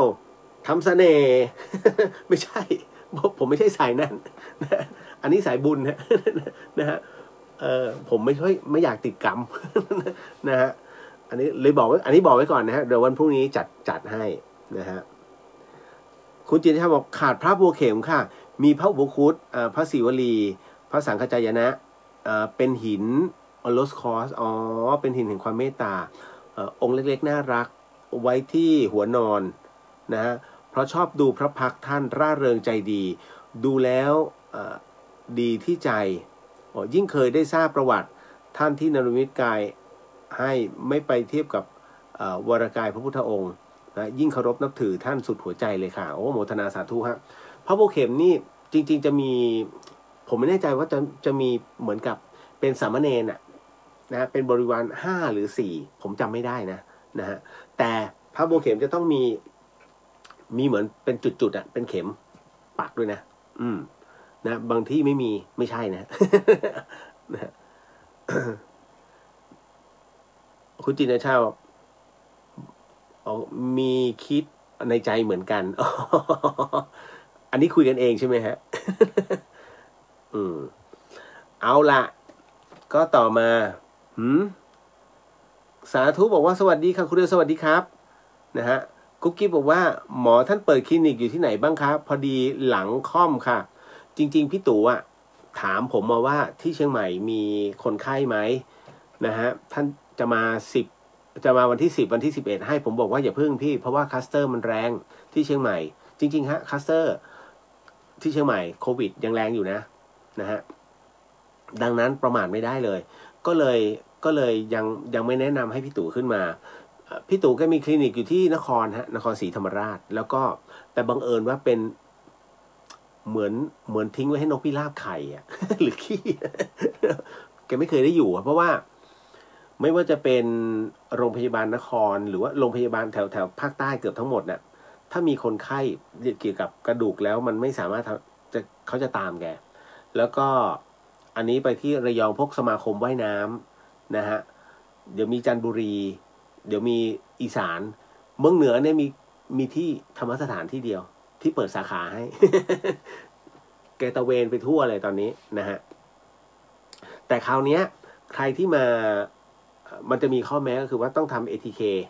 นะฮะเป็นไม่ว่าจะเป็นน้ำลายหรือก็แล้วแต่ต้องโชว์มาเพราะว่ามันต้องเข้ามาเวลาทำแต่ว่าตอนนี้ไม่ใช่นะว่าตอนนี้ยังไม่มานะครับบอกว่าขอไว้ก่อนโอ้ไม่งั้นลำบากนะเอาละมาเข้าสู่เรื่องราวกันมีเรื่องหลอนด้วยนะฮะก็ไหนๆก็ไหนๆแล้วเอาหลอนไปเลยเนาะนะฮะ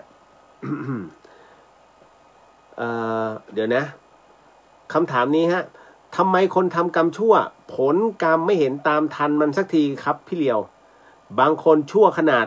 เขาสาปแช่งมันก็ยังได้ดีบางคนต้องตายไปก่อนที่จะเห็นกรรมมาตามทันคนคนนั้นแม้แต่เจ้าหน้าที่ยังเข้าข้างมันจนบางทีคิดว่ากฎแห่งกรรมไม่มีจริงเอ๊ะผมเคยตอบไปยังเนี่ยอันนี้ผมไม่ได้ทำเครื่องหมายด้วยนะฮะอีกรอบนะฮะก็น้องก็ถามว่าทำไมคนทำชั่วผลกรรมไม่เห็นตามทันมันสักทีครับพี่เลียวอันนี้แค้นเขาใช่ไหม ด้วยภาษาเนี่ยนะฮะไม่เห็นตามทันมันสักทีบางคนชั่วขนาดเขาสาปแช่งมันยังได้ดีบางคนต้องตายไปก่อนนะฮะที่จะเห็นกรรมตามทันไอ้คนคนนั้น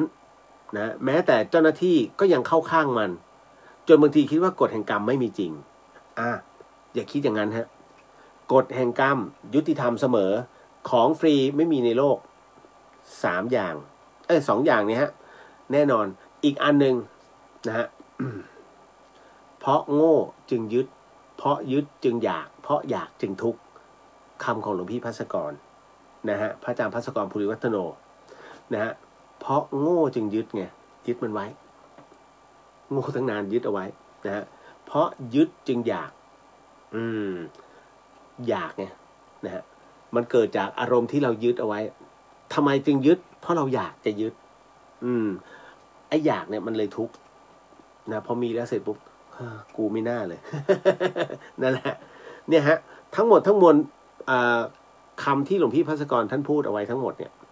มันเป็นอย่างนั้นจริงๆของฟรีไม่มีในโลกที่ได้ฟรีมาคือบุญของเก่าของคุณแล้วมันเป็นจังหวะที่จัดให้จำได้ผมว่าโฆษณาเห็นโฆษณาอันหนึ่งของฟรีไม่มีในโลกเรียนมา ใช้คำว่าเรียนมาเนี่ยน่าตก นะฮะจริงๆเนี่ยมันของฟรีนั่นแหละมันไม่มีในโลกถูกต้องนะฮะแต่มันเป็นเรื่องของบุญแล้วก็จังหวะของบุญนะฮะคราวนี้คำว่ากฎแห่งกรรมไม่มีจริงไม่ใช่หรอกครับกฎแห่งกรรมยุติธรรมเสมอแต่รอจังหวะเราไม่รู้หรอกว่าในขณะที่เขาทำชั่วกับเรานะฮะหลังจากนั้นมาเขาไปทำดีอะไรกับใครหรือเปล่าเพราะฉะนั้นบุญกับบาปมันไปขี่กันมันหักตัดกันเลยนะฮะ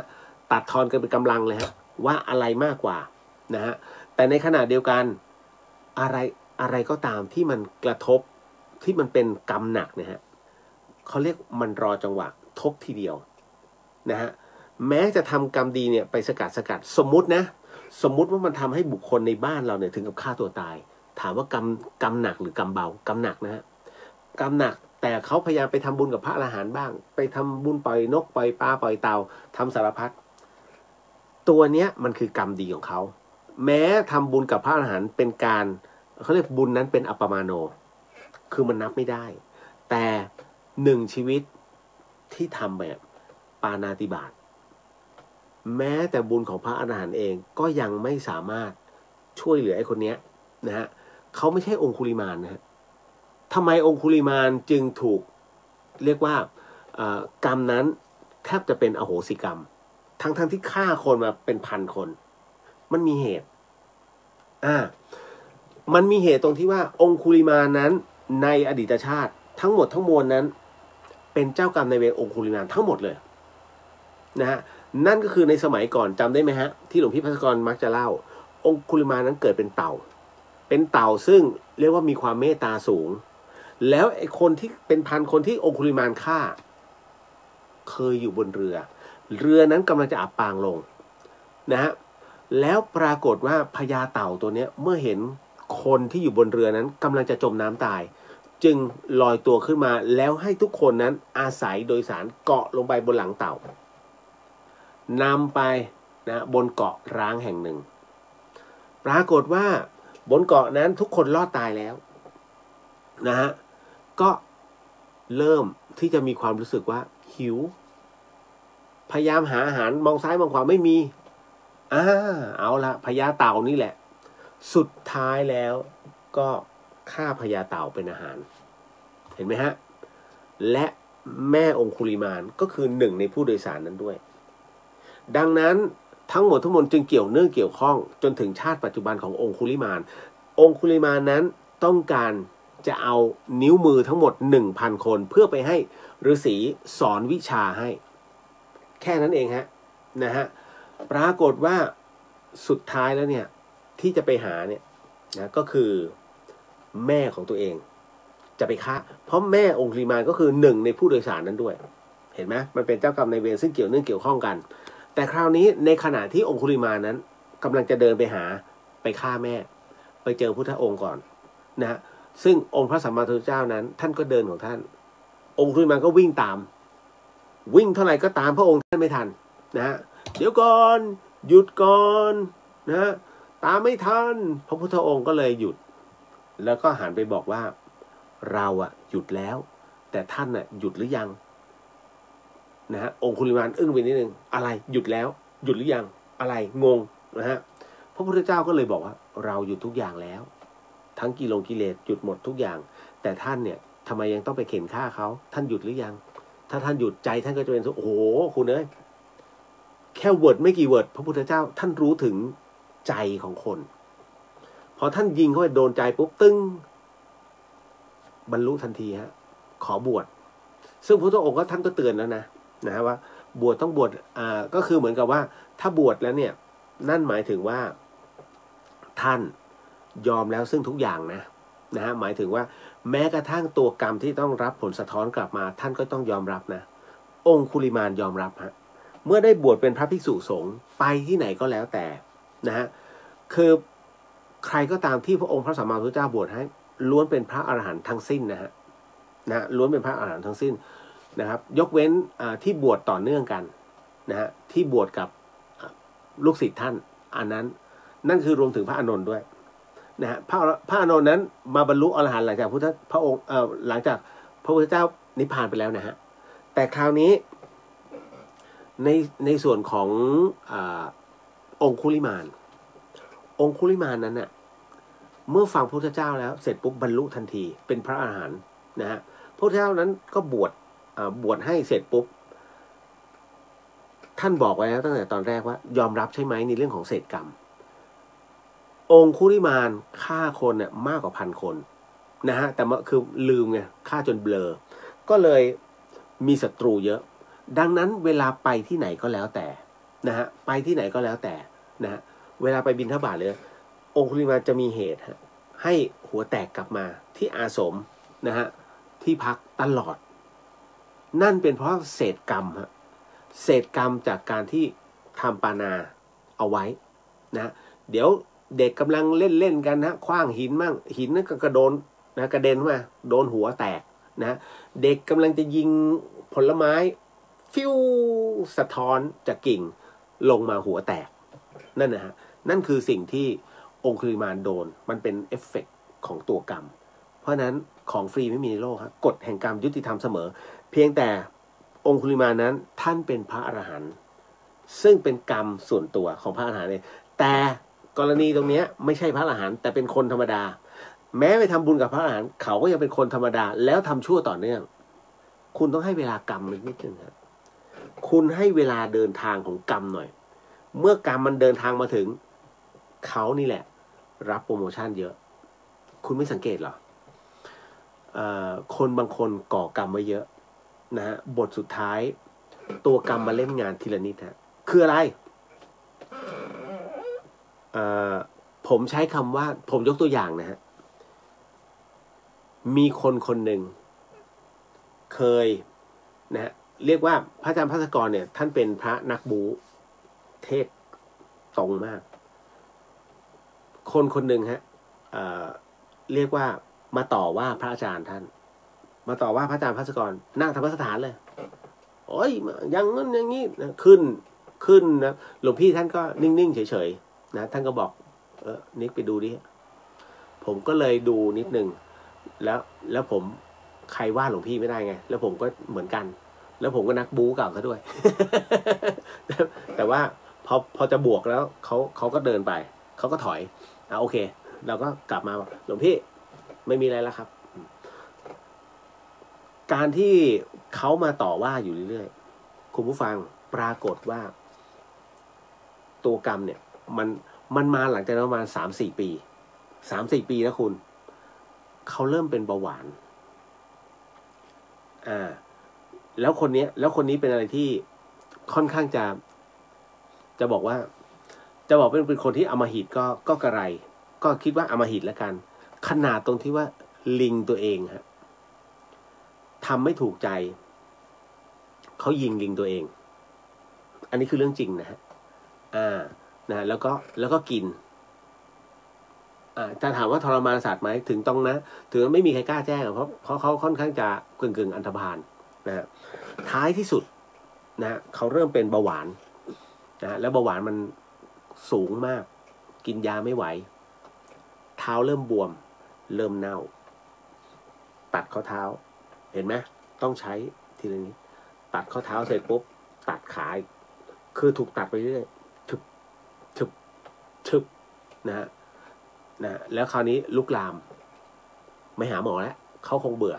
มันลามไปข้างต้องตัดทึบถามว่าทรมานไหมฮะคุณอย่าคิดว่ามันเป็นเรื่องเล่นนะตัวกรรมเวลามันมานี่มันมาแบบให้คุณทรมานเลยวาระการนะนั่นนะฮะเพราะฉะนั้นเรื่องราวแบบนี้ถึงได้บอกว่าเอามาเล่าให้เป็นอุทาหรณ์ให้ฟังนะฮะว่ามันมีแบบนี้เกิดขึ้นนะอันนี้เล่าสู่กันฟังนะฮะเพราะฉะนั้นในเรื่องของกฎแห่งกรรมขอเวลาเขาหน่อยหนึ่งนะฮะมันก็จะมีแบบนี้ฮะกรรมดีกรรมชั่วทำไปเรื่อยเหมือนกันเราเองก็กรรมดีบ้างกรรมชั่วบ้างนะผมถึงได้บอกว่าผมเป็นผู้ชายเทาๆถ้าเป็นผู้ชายขาวๆผมบวชแล้ว จริงๆเพราะฉะนั้นเราย่อมรู้ตัวเราว่าพร้อมไม่พร้อมหลายคนที่ปฏิบัติธรรมเขายังบอกดิฉันก็เทาๆละค่ะนะเพราะบางทีกลับไปบ้านก็หลุดนะเจ้าค่ะ ทุกคนเพียงแต่ว่าเรากำลังอยู่ในขั้นเขาเรียกว่ากำลังขยันในการปฏิบัตินั่นแหละฮะเมื่อเรารู้ใจเราแท้จริงเมื่อนั้นเนี่ยค่อยมาว่ากันว่าเราคือผู้บริสุทธิ์ขาวบริสุทธิ์แต่จริงไม่ใช่ผมจึงพูดว่าอ๋อผมผู้ชายเทาๆ นั่นแหละฮะมันก็เป็นอย่างนั้นจริงๆนะฮะคนเราต้องรู้นี่แหละเอาละผ่านไปเก็ตนะไม่ต้องไปเหมือนกับอะไรล่ะ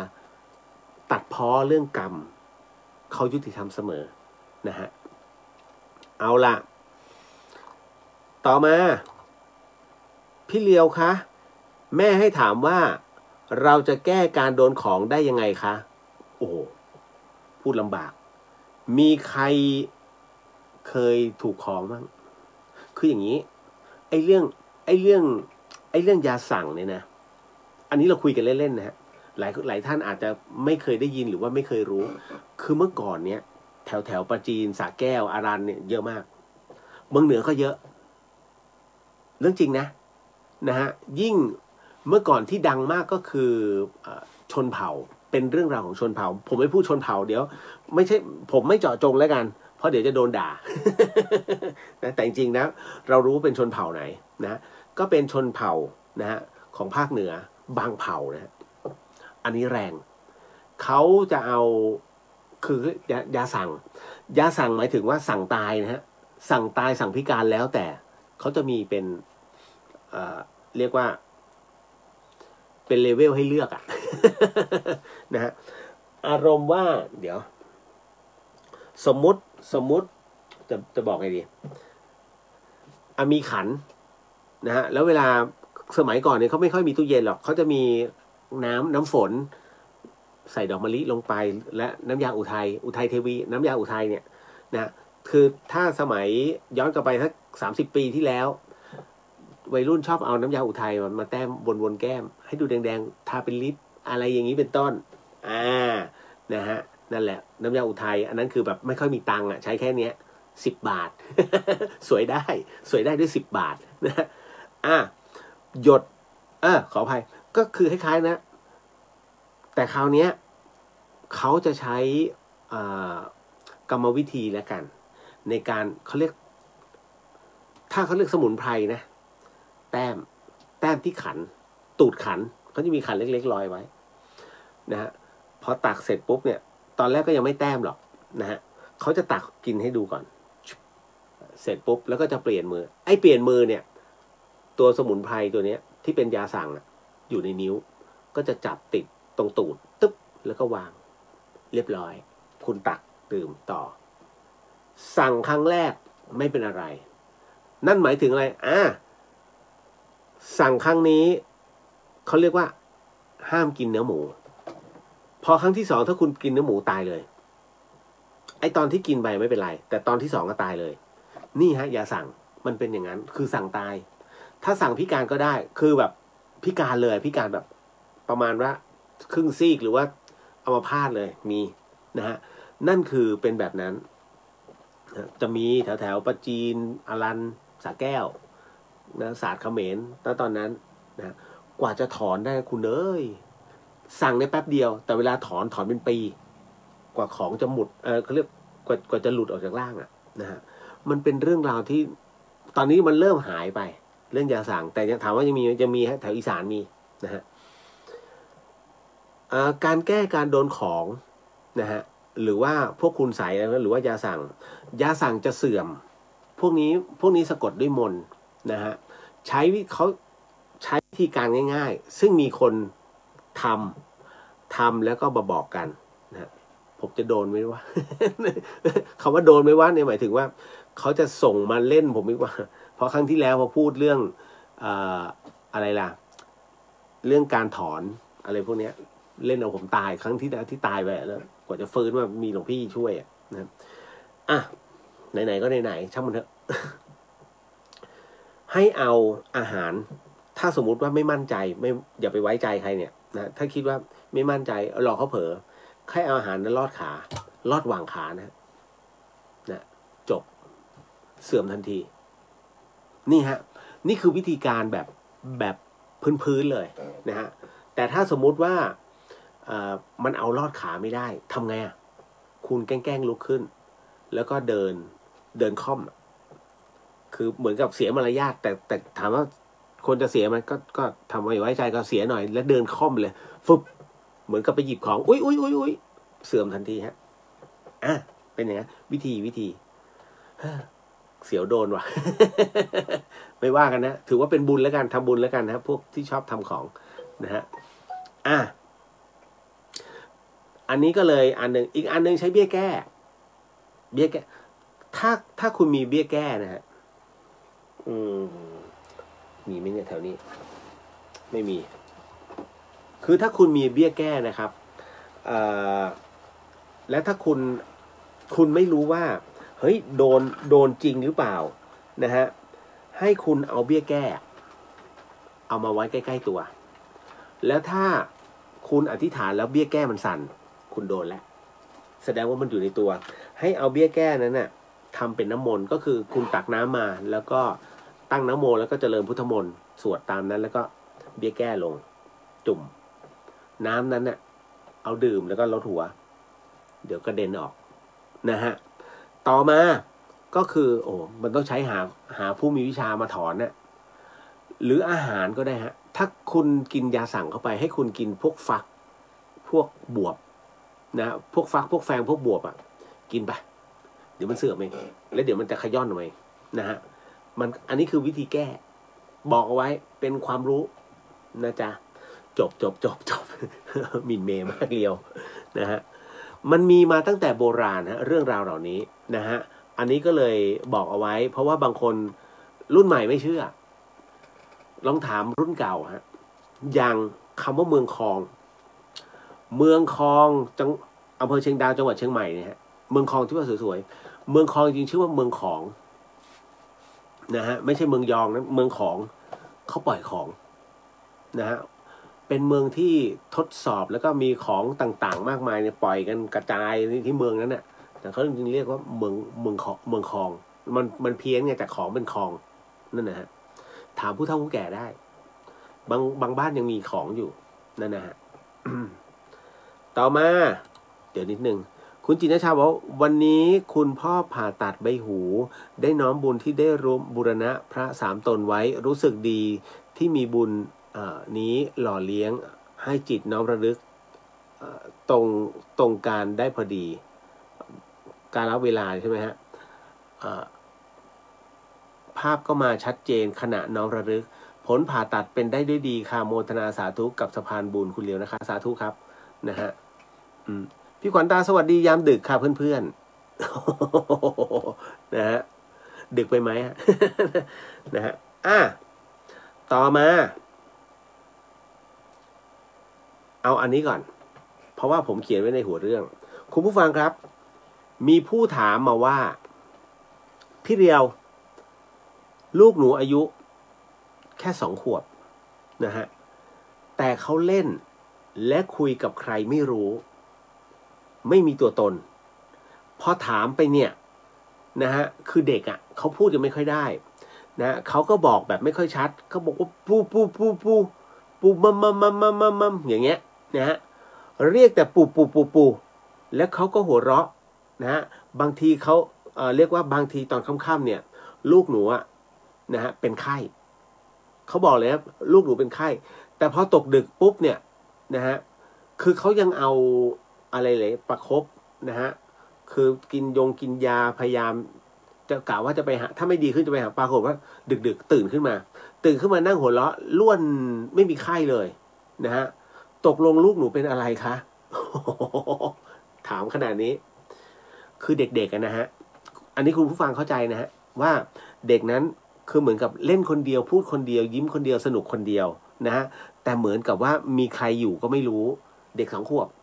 นะฮะแล้วเด็ก2 ขวบยังพูดไม่ค่อยจะได้ถูกไหมอันนี้พูดมาเนี่ยปูเหมือนกับปู่นะปูมัมอะไรเงี้ยนะก็คือมานะอันนี้คือแม่เขาบอกนะฮะเขาบอกปู่มาอย่างเงี้ยเรียกแต่ปู่แล้วก็หัวเราะไม่คิดว่าเขาพูดไม่ชัดเลย นะฮะแต่คราวนี้ด้วยอาการที่บอกไปจริงๆอันนี้ไม่ใช่เคสแรกนะที่ผมพูดในรายการนะฮะคือผมจะบอกว่าด้วยเด็กน่ะจิตของเขาสะอาดและบริสุทธิ์มากคุณสังเกตที่ดวงตาเด็กที่ไม่รับรู้เรื่องของทางโลกเลยตาเขาจะใสมากใสแบบโหยทำไมเด็กคนนี้ตาสวยใช่นั่นนะเป็นดวงตาที่ยังไม่มีกิเลสแต่คุณลองดูแล้วกันเมื่อไหร่ก็ตามที่เด็กเริ่มโตขึ้นรับรู้สภาพแวดล้อมมากขึ้นดวงตาเขาจะเปลี่ยนทันทีการที่ดวงตาใสปิ๊งจะเริ่มเป็นขุ่นมัวเพราะกิเลสเข้ามาแล้วแสดงว่ามีบางอย่างที่อยู่ในใจเขาวิธีการดูว่าเด็กคนนี้หมดยังหมดหมายถึงว่าในเรื่องของสัมผัส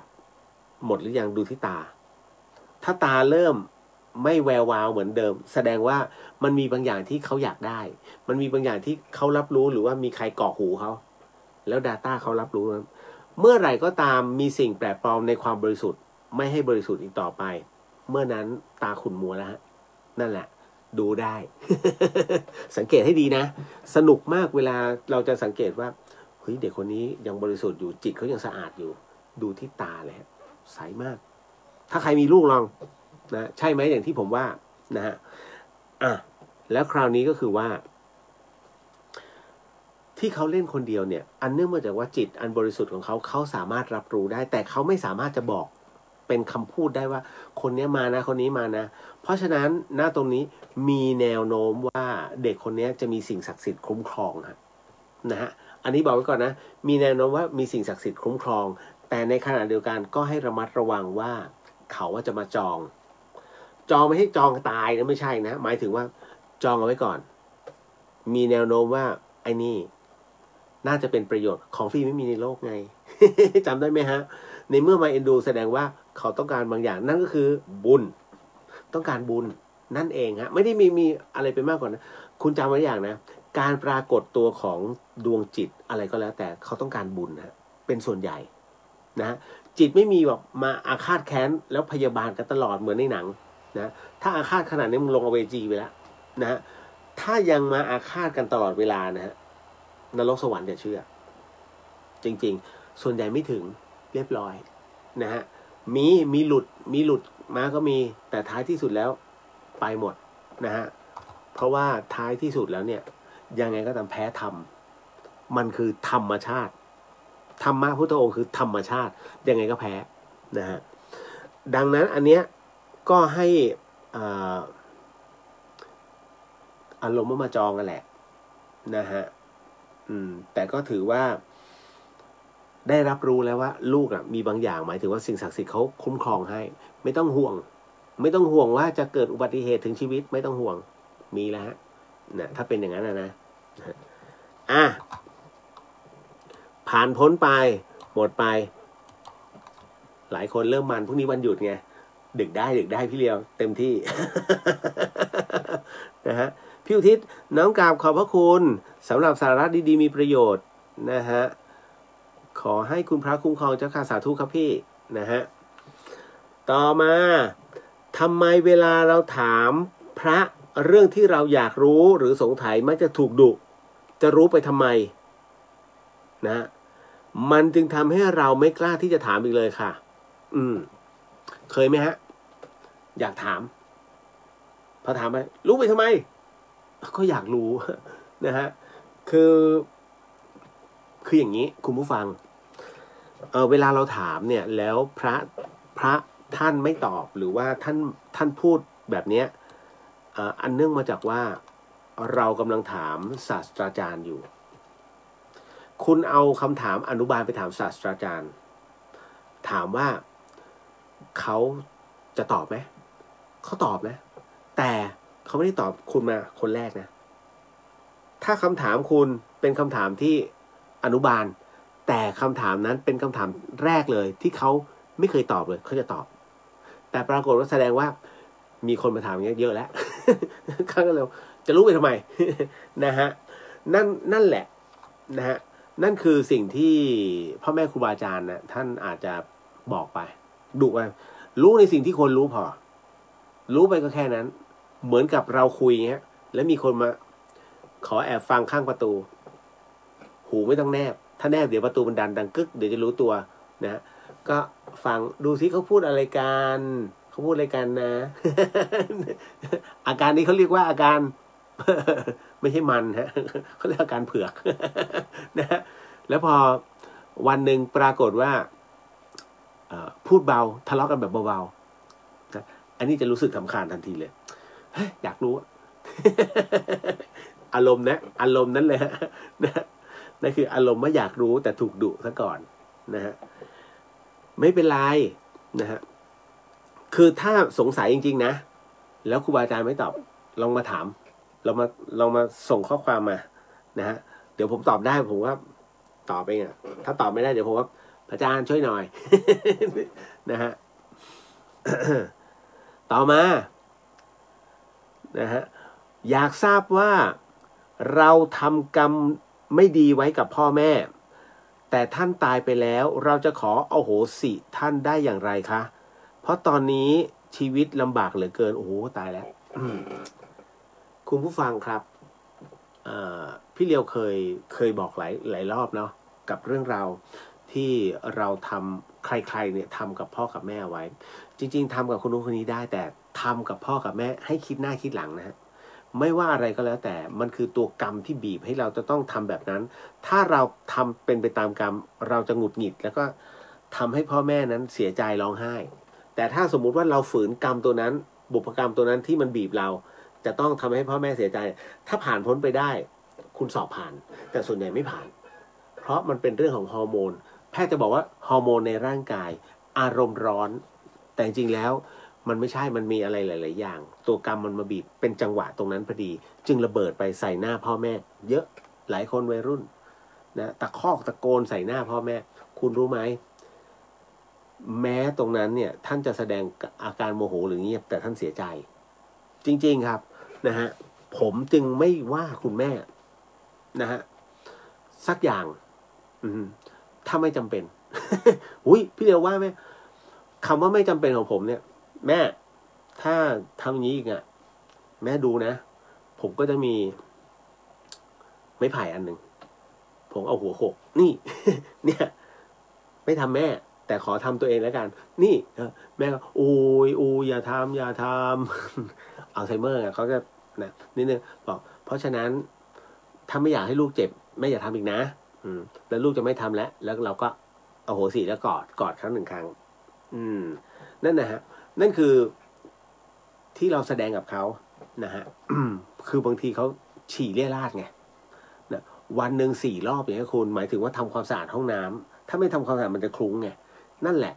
เราก็ไม่ได้ทำงานกันเลยตอนนั้นมันก็จะเป็นอย่างเงี้ยผมก็เลยไปทำแม่ก็บาปเอ้าโขกไป โอ้เจ็บนั่นแหละนะถามว่าดีไหมมันก็คือการประชดมันก็ไม่ดีแต่ว่าผมก็ขอโหสิเขาที่หลังนะฮะแต่กรณีตรงเนี้ยที่ทำเอาไว้แล้วปรากฏว่าท่านเสียชีวิตไปแล้วคนทุกคนน่ะมันมีมุมของมันจะมีจังหวะช่วงเวลาที่นึกถึงได้ทำชั่วมาตลอดนะฮะติดคุกออกมาทำชั่วพ่อแม่ร้องไห้ทำชั่วอีกนะฮะเมื่อไหร่มึงจะทำคำดีนะฮะเมื่อหลังจากที่พ่อแม่ตายไปแล้วมันมีช่วงจังหวะหนึ่งที่ได้อยู่คนเดียวนะฮะแล้วมาคิดได้เมื่อนั้นน่ะโอ้ไม่น่าทำให้พ่อแม่เสียใจเลยอยากขอโทษอ่ะทำไงดีอ่ะแล้วชีวิตเริ่มตกต่ำลงเห็นไหมมันจะมีช่วงเวลาที่จะคิดได้ฮะคุณต้องอาศัยเวลาไม่ใช่เอาอารมณ์ช่วงวัยรุ่นเพราะว่าพ่อแม่ตอมใจถูกไหมมันจะเป็นอย่างนั้นนะฮะสังเกตไหมคนที่ออกมาจากคุกแล้วก็ยังก่อคดีอยู่นั้นผมเชื่อมั่นว่าปัญหาที่คนเนี่ยส่วนหนึ่งแต่แท้จริงแล้วปัญหาขึ้นอยู่กับกระบวนการนะกระบวนการมีปัญหาตราบใดก็ตามที่ออกมาแล้วไม่ใช่คนดีกระบวนการมีปัญหาเมื่อชั่งน้ำหนักกันแล้ว100 คนสมมติ100 คนมีคนที่กลับไปเป็นอย่างที่เคยเป็นเนี่ยถึง40 คนไม่เกินครึ่งนะผมก็ถือว่ากระบวนการมีปัญหาเพราะมันเยอะเกินแต่ถ้าสมมุติว่ามีสัก5 คนไม่ถึง10 คนโอเคกระบวนการที่ลงโทษเนี่ยโอเคใช้ได้แต่ตราบใดก็ตามที่ออกมาแล้วยังประพฤติอยู่เรื่อยๆเข้าออกอันนี้มีปัญหาแล้วเรื่องบทลงโทษเรื่องของกระบวนการตัดสินหรือว่าอะไรก็แล้วแต่ปัญหาแล้วนะไม่ใช่ที่คนนะฮะเป็นอย่างนั้น กรณีตรงนี้อยากทราบว่าเราทำกรรมที่ไม่ดีเอาไว้กับพ่อแม่อันนี้ผมเข้าใจหลังจากที่ได้พูดคุยกันไปแล้วนะฮะคือทำให้พ่อแม่ร้องไห้เนี่ยนะฮะเรียกว่าทำซ้ำซากจนวันนี้สำนึกแล้วเพราะตัวกรรมมันบีบจนเขาจะฆ่าตัวตายขนาดนั้นนะฮะกรรมที่ทำกับพ่อกับแม่เอาไว้เห็นไหมเมื่อคุณถูกบีบจนขนาดนั้นเนี่ยแต่ท้ายสุดคุณไม่ฆ่าตัวตายเพราะยังมีบุญอยู่นะฮะถือว่าอันเนี้ยไม่เป็นไรเราหาทางออกด้วยกันอันที่1นะฮะถ้าคุณมีรูปคุณพ่อรูปคุณแม่นะฮะอันนั้นนะคุณกราบไหว้ทุกวันเลยให้กราบไหว้ทุกวันจริงๆนะผมพูดเรื่องจริงนะฮะสวดมนต์ทำถ้ามีเวลาสวดมนต์นั่งสมาธิอุทิศบุญเนี้ยให้แม่ถ้าเงินไม่พอที่จะซื้อของใส่บาตรนะเพราะจะกินวันๆก็แทบแย่เรางดไว้ก่อนเราใช้กำลังเป็นทานไม่จำเป็นต้องใช้เงินนะฮะไปกวาดลานวัดไปล้างห้องน้ำขออุทิศบุญนะตรงนี้ให้พ่อให้แม่ผมตั้งใจแล้วผมจะกลับตัวแล้วนะครับแล้วหลังจากนั้นเมื่อมีการขอโหสิกรรมนะฮะอันนั้นน่ะให้ระลึกเลยขอโหสิก็จะเป็นสื่อให้นะก็เดี๋ยวจะถ้าเป็นพระท่านก็จะทำให้นะฮะถ้าเป็นผมมีครูบาอาจารย์ที่รับรองให้ผมก็จะทำให้ก็ขอเอาโหสิได้ไม่มีปัญหานั่นแหละฮะทำบ่อยๆทำให้เขาเห็นว่าเราเปลี่ยนแปลงตัวเองจริงๆนะฮะไม่ใช่ว่าทำแล้วเดี๋ยวพี่เลี้ยงมันช่วยไม่นะไม่เกี่ยวกันนะครับอันนี้บอกไว้ก่อนเนาะนะฮะให้กราบไหว้พ่อแม่ทุกวันนะครับนะฮะกราบพ่อแม่มากกว่าพระเสียหายไหมไม่เสียหายพ่อแม่ถือว่าเป็นพระอรหันต์ของลูกถูกต้องใช้คำว่าพระอรหันต์ของลูกครอบครัวใครครอบครัวมันนะฮะอย่าเข้าใจผิดพ่อแม่เป็นพระอรหันต์นี่เดี๋ยวพรุ่งนี้ฉันพาไปกราบพระอรหันต์พาเพื่อนมาบ้านกราบพ่อแม่ตัวเองไม่ใช่พ่อใครแม่ใครนั่นแหละคือพระอรหันต์ของลูกนะจ๊ะเอาละต่อมา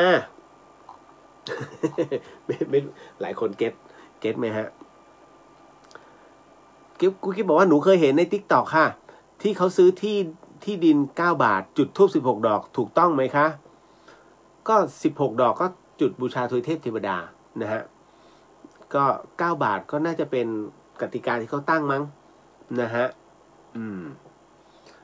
อันนี้เป็นเรื่องปกตินะครับธูป16 ดอก เอาละคุณผู้ฟังครับสิ่งที่ผมกำลังจะเล่ามีเวลาไม่เท่าไหร่แต่ผมจะเล่า นะสิ่งที่คุณผู้ฟังกำลังจะได้ยินได้ฟังเรื่องราวจากผมต่อไปนี้นั้นอย่าเชื่อให้ฟังหูไว้หูแล้วก็ใช้วิจารณญาณทุกครั้งในการรับฟังเรื่องราวประเภทนี้ข้อสำคัญอย่าให้คุณผู้ฟังฟังเป็นนิยายใช้หลักการมาสูตรนะครับแล้วก็ถือว่าเป็นการเล่าสู่กันฟังเพราะเรื่องที่น้องส่งมาให้ผมเนี่ยนะฮะบอกงี้ว่าผมมีเรื่องจะเล่าให้ฟังครับคือเพื่อนผมเนี่ยรถฉลับแล้วคราวนี้มันอยู่ในห้องผู้ป่วยเรียกว่าเป็นผู้ป่วยรวมเนี่ยเกือบอาทิตย์ปรากฏว่าวันที่มันออกมามันมาบอกผมมาเล่าให้ฟังนะบอกมีที่มันอยู่ที่โรงพยาบาลมีคนมานอนทับมันทุกคืนบางคืนเป็นผู้หญิงบางคืนเป็นผู้หญิงแก่บางคืนเป็นเด็กบางคืนก็เป็นผู้ชายนะฮะมันกลัวมันเองก็กลัวแต่แปลกมากครับพี่พอถึงเวลาจะบอกใครลิ้นแข็งฮะลิ้นติดปากหรือมีเหตุให้ไม่ได้พูดมันเองก็เลยต้องทนอยู่ตลอดทุกคืนพยายามจะเรียกเตียงข้างๆเขาก็ไม่ได้ยินมันพยายามทุกทางแล้วครับพี่เพื่อนผมแล้วพอวันที่หมอมาบอกว่าพรุ่งนี้กลับบ้านได้เท่านั้นแหละมันดีใจมากแต่ในความดีใจปนความน่ากลัวครับพี่เลียวเพราะคืนนั้นมาเป็นหมู่ ใช้คำว่ามาเป็นหมู่นะมายืนกันรอบเตียงเลยนะฮะมาเป็นหมู่แล้วตัวเพื่อนผมเนี่ยมันก็เลยถามว่าต้องการอะไรเขาก็ไม่บอกแถมยังถูกเด็กเนี่ยนะฮะกระทืบที่หน้าอกเหยียบที่หน้าอกจนเป็นรอยช้ำครับปรากฏว่ามันหลุดคืนนั้นมาได้นะฮะแล้วหมอก็มาเห็นที่อกมันเกือบจะได้นอนต่อแล้วครับมันก็เลยไม่มีอะไรฮะไม่มีอะไรนะคุณหมอเลยได้ออกมาครับพี่เลียวตอนนี้มันยังอยู่ในช่วงของการผวาครับผมควรจะบอกให้เพื่อนทำอย่างไรได้บ้างคุณไปนอนทับที่เขาเปล่า นะคือเตียงที่โรงพยาบาลนะคุณนะฮะมันก็ผ่านมาหลายรุ่นต่อรุ่นนะเนาะ อันนี้ไม่ได้บอกให้คนที่นอนในโรงพยาบาลแล้วฟังอยู่กลัวนะฮะอันนี้กำลังจะบอกว่าผ่านศึกมาเยอะ หลายร่างเหลือเกินมันก็ไม่แน่ไงนะฮะกับอีกประเภทหนึ่งก็คือว่ามันจะมีเรื่องของดวงชะตาราศีเนาะนะฮะที่มันไปถูกกำหนดว่าพึ่งได้ใจถึงพึ่งได้เฮ้ยมาเจอแล้วไอ้เตียงนี้ใจถึงพึ่งได้ ให้ทำบุญให้หน่อยจริงๆแล้วเนี่ยในเรื่องของการปรากฏตัวนะฮะของคนพวกนี้ของวิญญาณพวกนี้เขาแค่ต้องการบุญผมบอกเสมอเขาต้องการบุญฮะไม่ได้อะไรมากมายถ้าเขาลงมือกระทืบพร้อมกับคุณตายแล้วล่ะแต่นี่ไม่ใช่นะอาจจะมีบางส่วนที่ไปทำอะไรเขาไว้หรือเปล่าผมไม่รู้นะแต่ที่มาปรากฏรอบเตียงเนี่ยแสดงว่าเขาต้องการขอที่ส่งผลบุญคุณจำทุกคนเอาไว้แล้วเวลาใส่บาตรระลึกถึงเขาไม่ต้องรู้ชื่อเอาแค่หน้าวืด Data มันจำอยู่แล้วถ้าลองคุณเล่าให้พี่เดียวฟังได้ขนาดนี้ Data มันจำนะฮะจบไม่ต้องมีอะไรมากมายสั้นๆนะครับต่อมาคงจะได้คำถามสั้นๆนะฮะพี่เลียวคะถ้าหนูกับแม่ขับรถไปรับพระมาทำบุญนี่จะได้ไหมคะเห็นเขาว่าไม่ควรครับไม่ควรครับคือผู้หญิงคนหนึ่งนะไปรับพระมาเนี่ยถ้าพระรูปเดียวก็ไม่ได้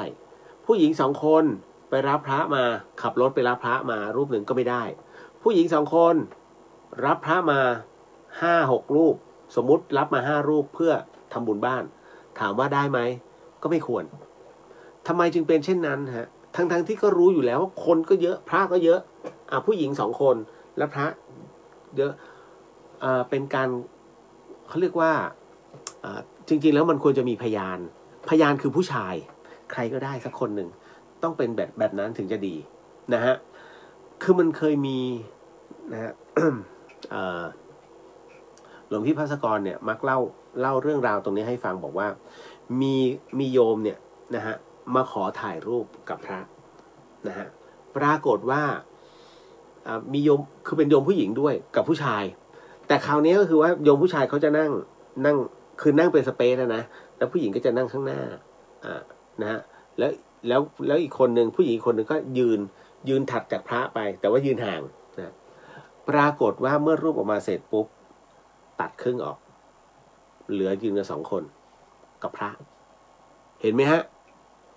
ความเหมาะสมมันไม่เกิดขึ้นตั้งแต่นั้นเป็นต้นมานะฮะก็เลยถูกมีข้อห้ามว่าสตรีห้ามถ่ายรูปกับพระ2 ต่อ 2จะต้องมีพยาน1ก็คือผู้ชายด้วยเพราะฉะนั้นผมเองคือมีหน้าที่เวลาหลวงพี่ยืนผมก็จะโผล่ข้างจีวรมั่งจ้าเอ๋จ้าเอ๋ให้รู้ว่านี่นะมีผู้ชาย มันก็จะประหลาดหน่อยนะฮะอันนั้นก็คืออันนี้มันจะเป็นในเรื่องของบทบัญญัติเอาไว้นะฮะห้ามกรณีของผู้หญิงที่ขับรถแล้วก็ไปรับพระมาก็จะเจอคอรหาเช่นกันจะเป็นประหนึ่งโลกาวัชชะครับก็ผู้หญิงขับรถแล้วมีพระนั่งนะไม่รู้หรอกว่าไปไหนกันมาคนมันคิดได้นะฮะเพราะฉะนั้นทั้งหมดทั้งมวลเนี่ยท่านจึงป้องกันครับไม่ควรจะมีพยาน1 คนเป็นเด็กก็ได้นะฮะไม่สมควรนะจ๊ะเอาล่ะจบสั้นๆไปจ้างคนข้างบ้านไปรับพระด้วยกันพี่ให้50 เดี๋ยวก็ไปเชื่อผมหมดเวลากำปุงสารพีสวัสดีครับพี่โอ้โหเพิ่งมานะจ๊ะนะฮะคุณปฐมพรโมทนาสาธุค่ะนะเอาละขออนุญาตแล้วกันนะสุดท้ายเดี๋ยววันจันทร์ขอดูอีกทีนะฮะเพราะว่าถ้าคาราโอเกะไม่เสร็จนี่ผ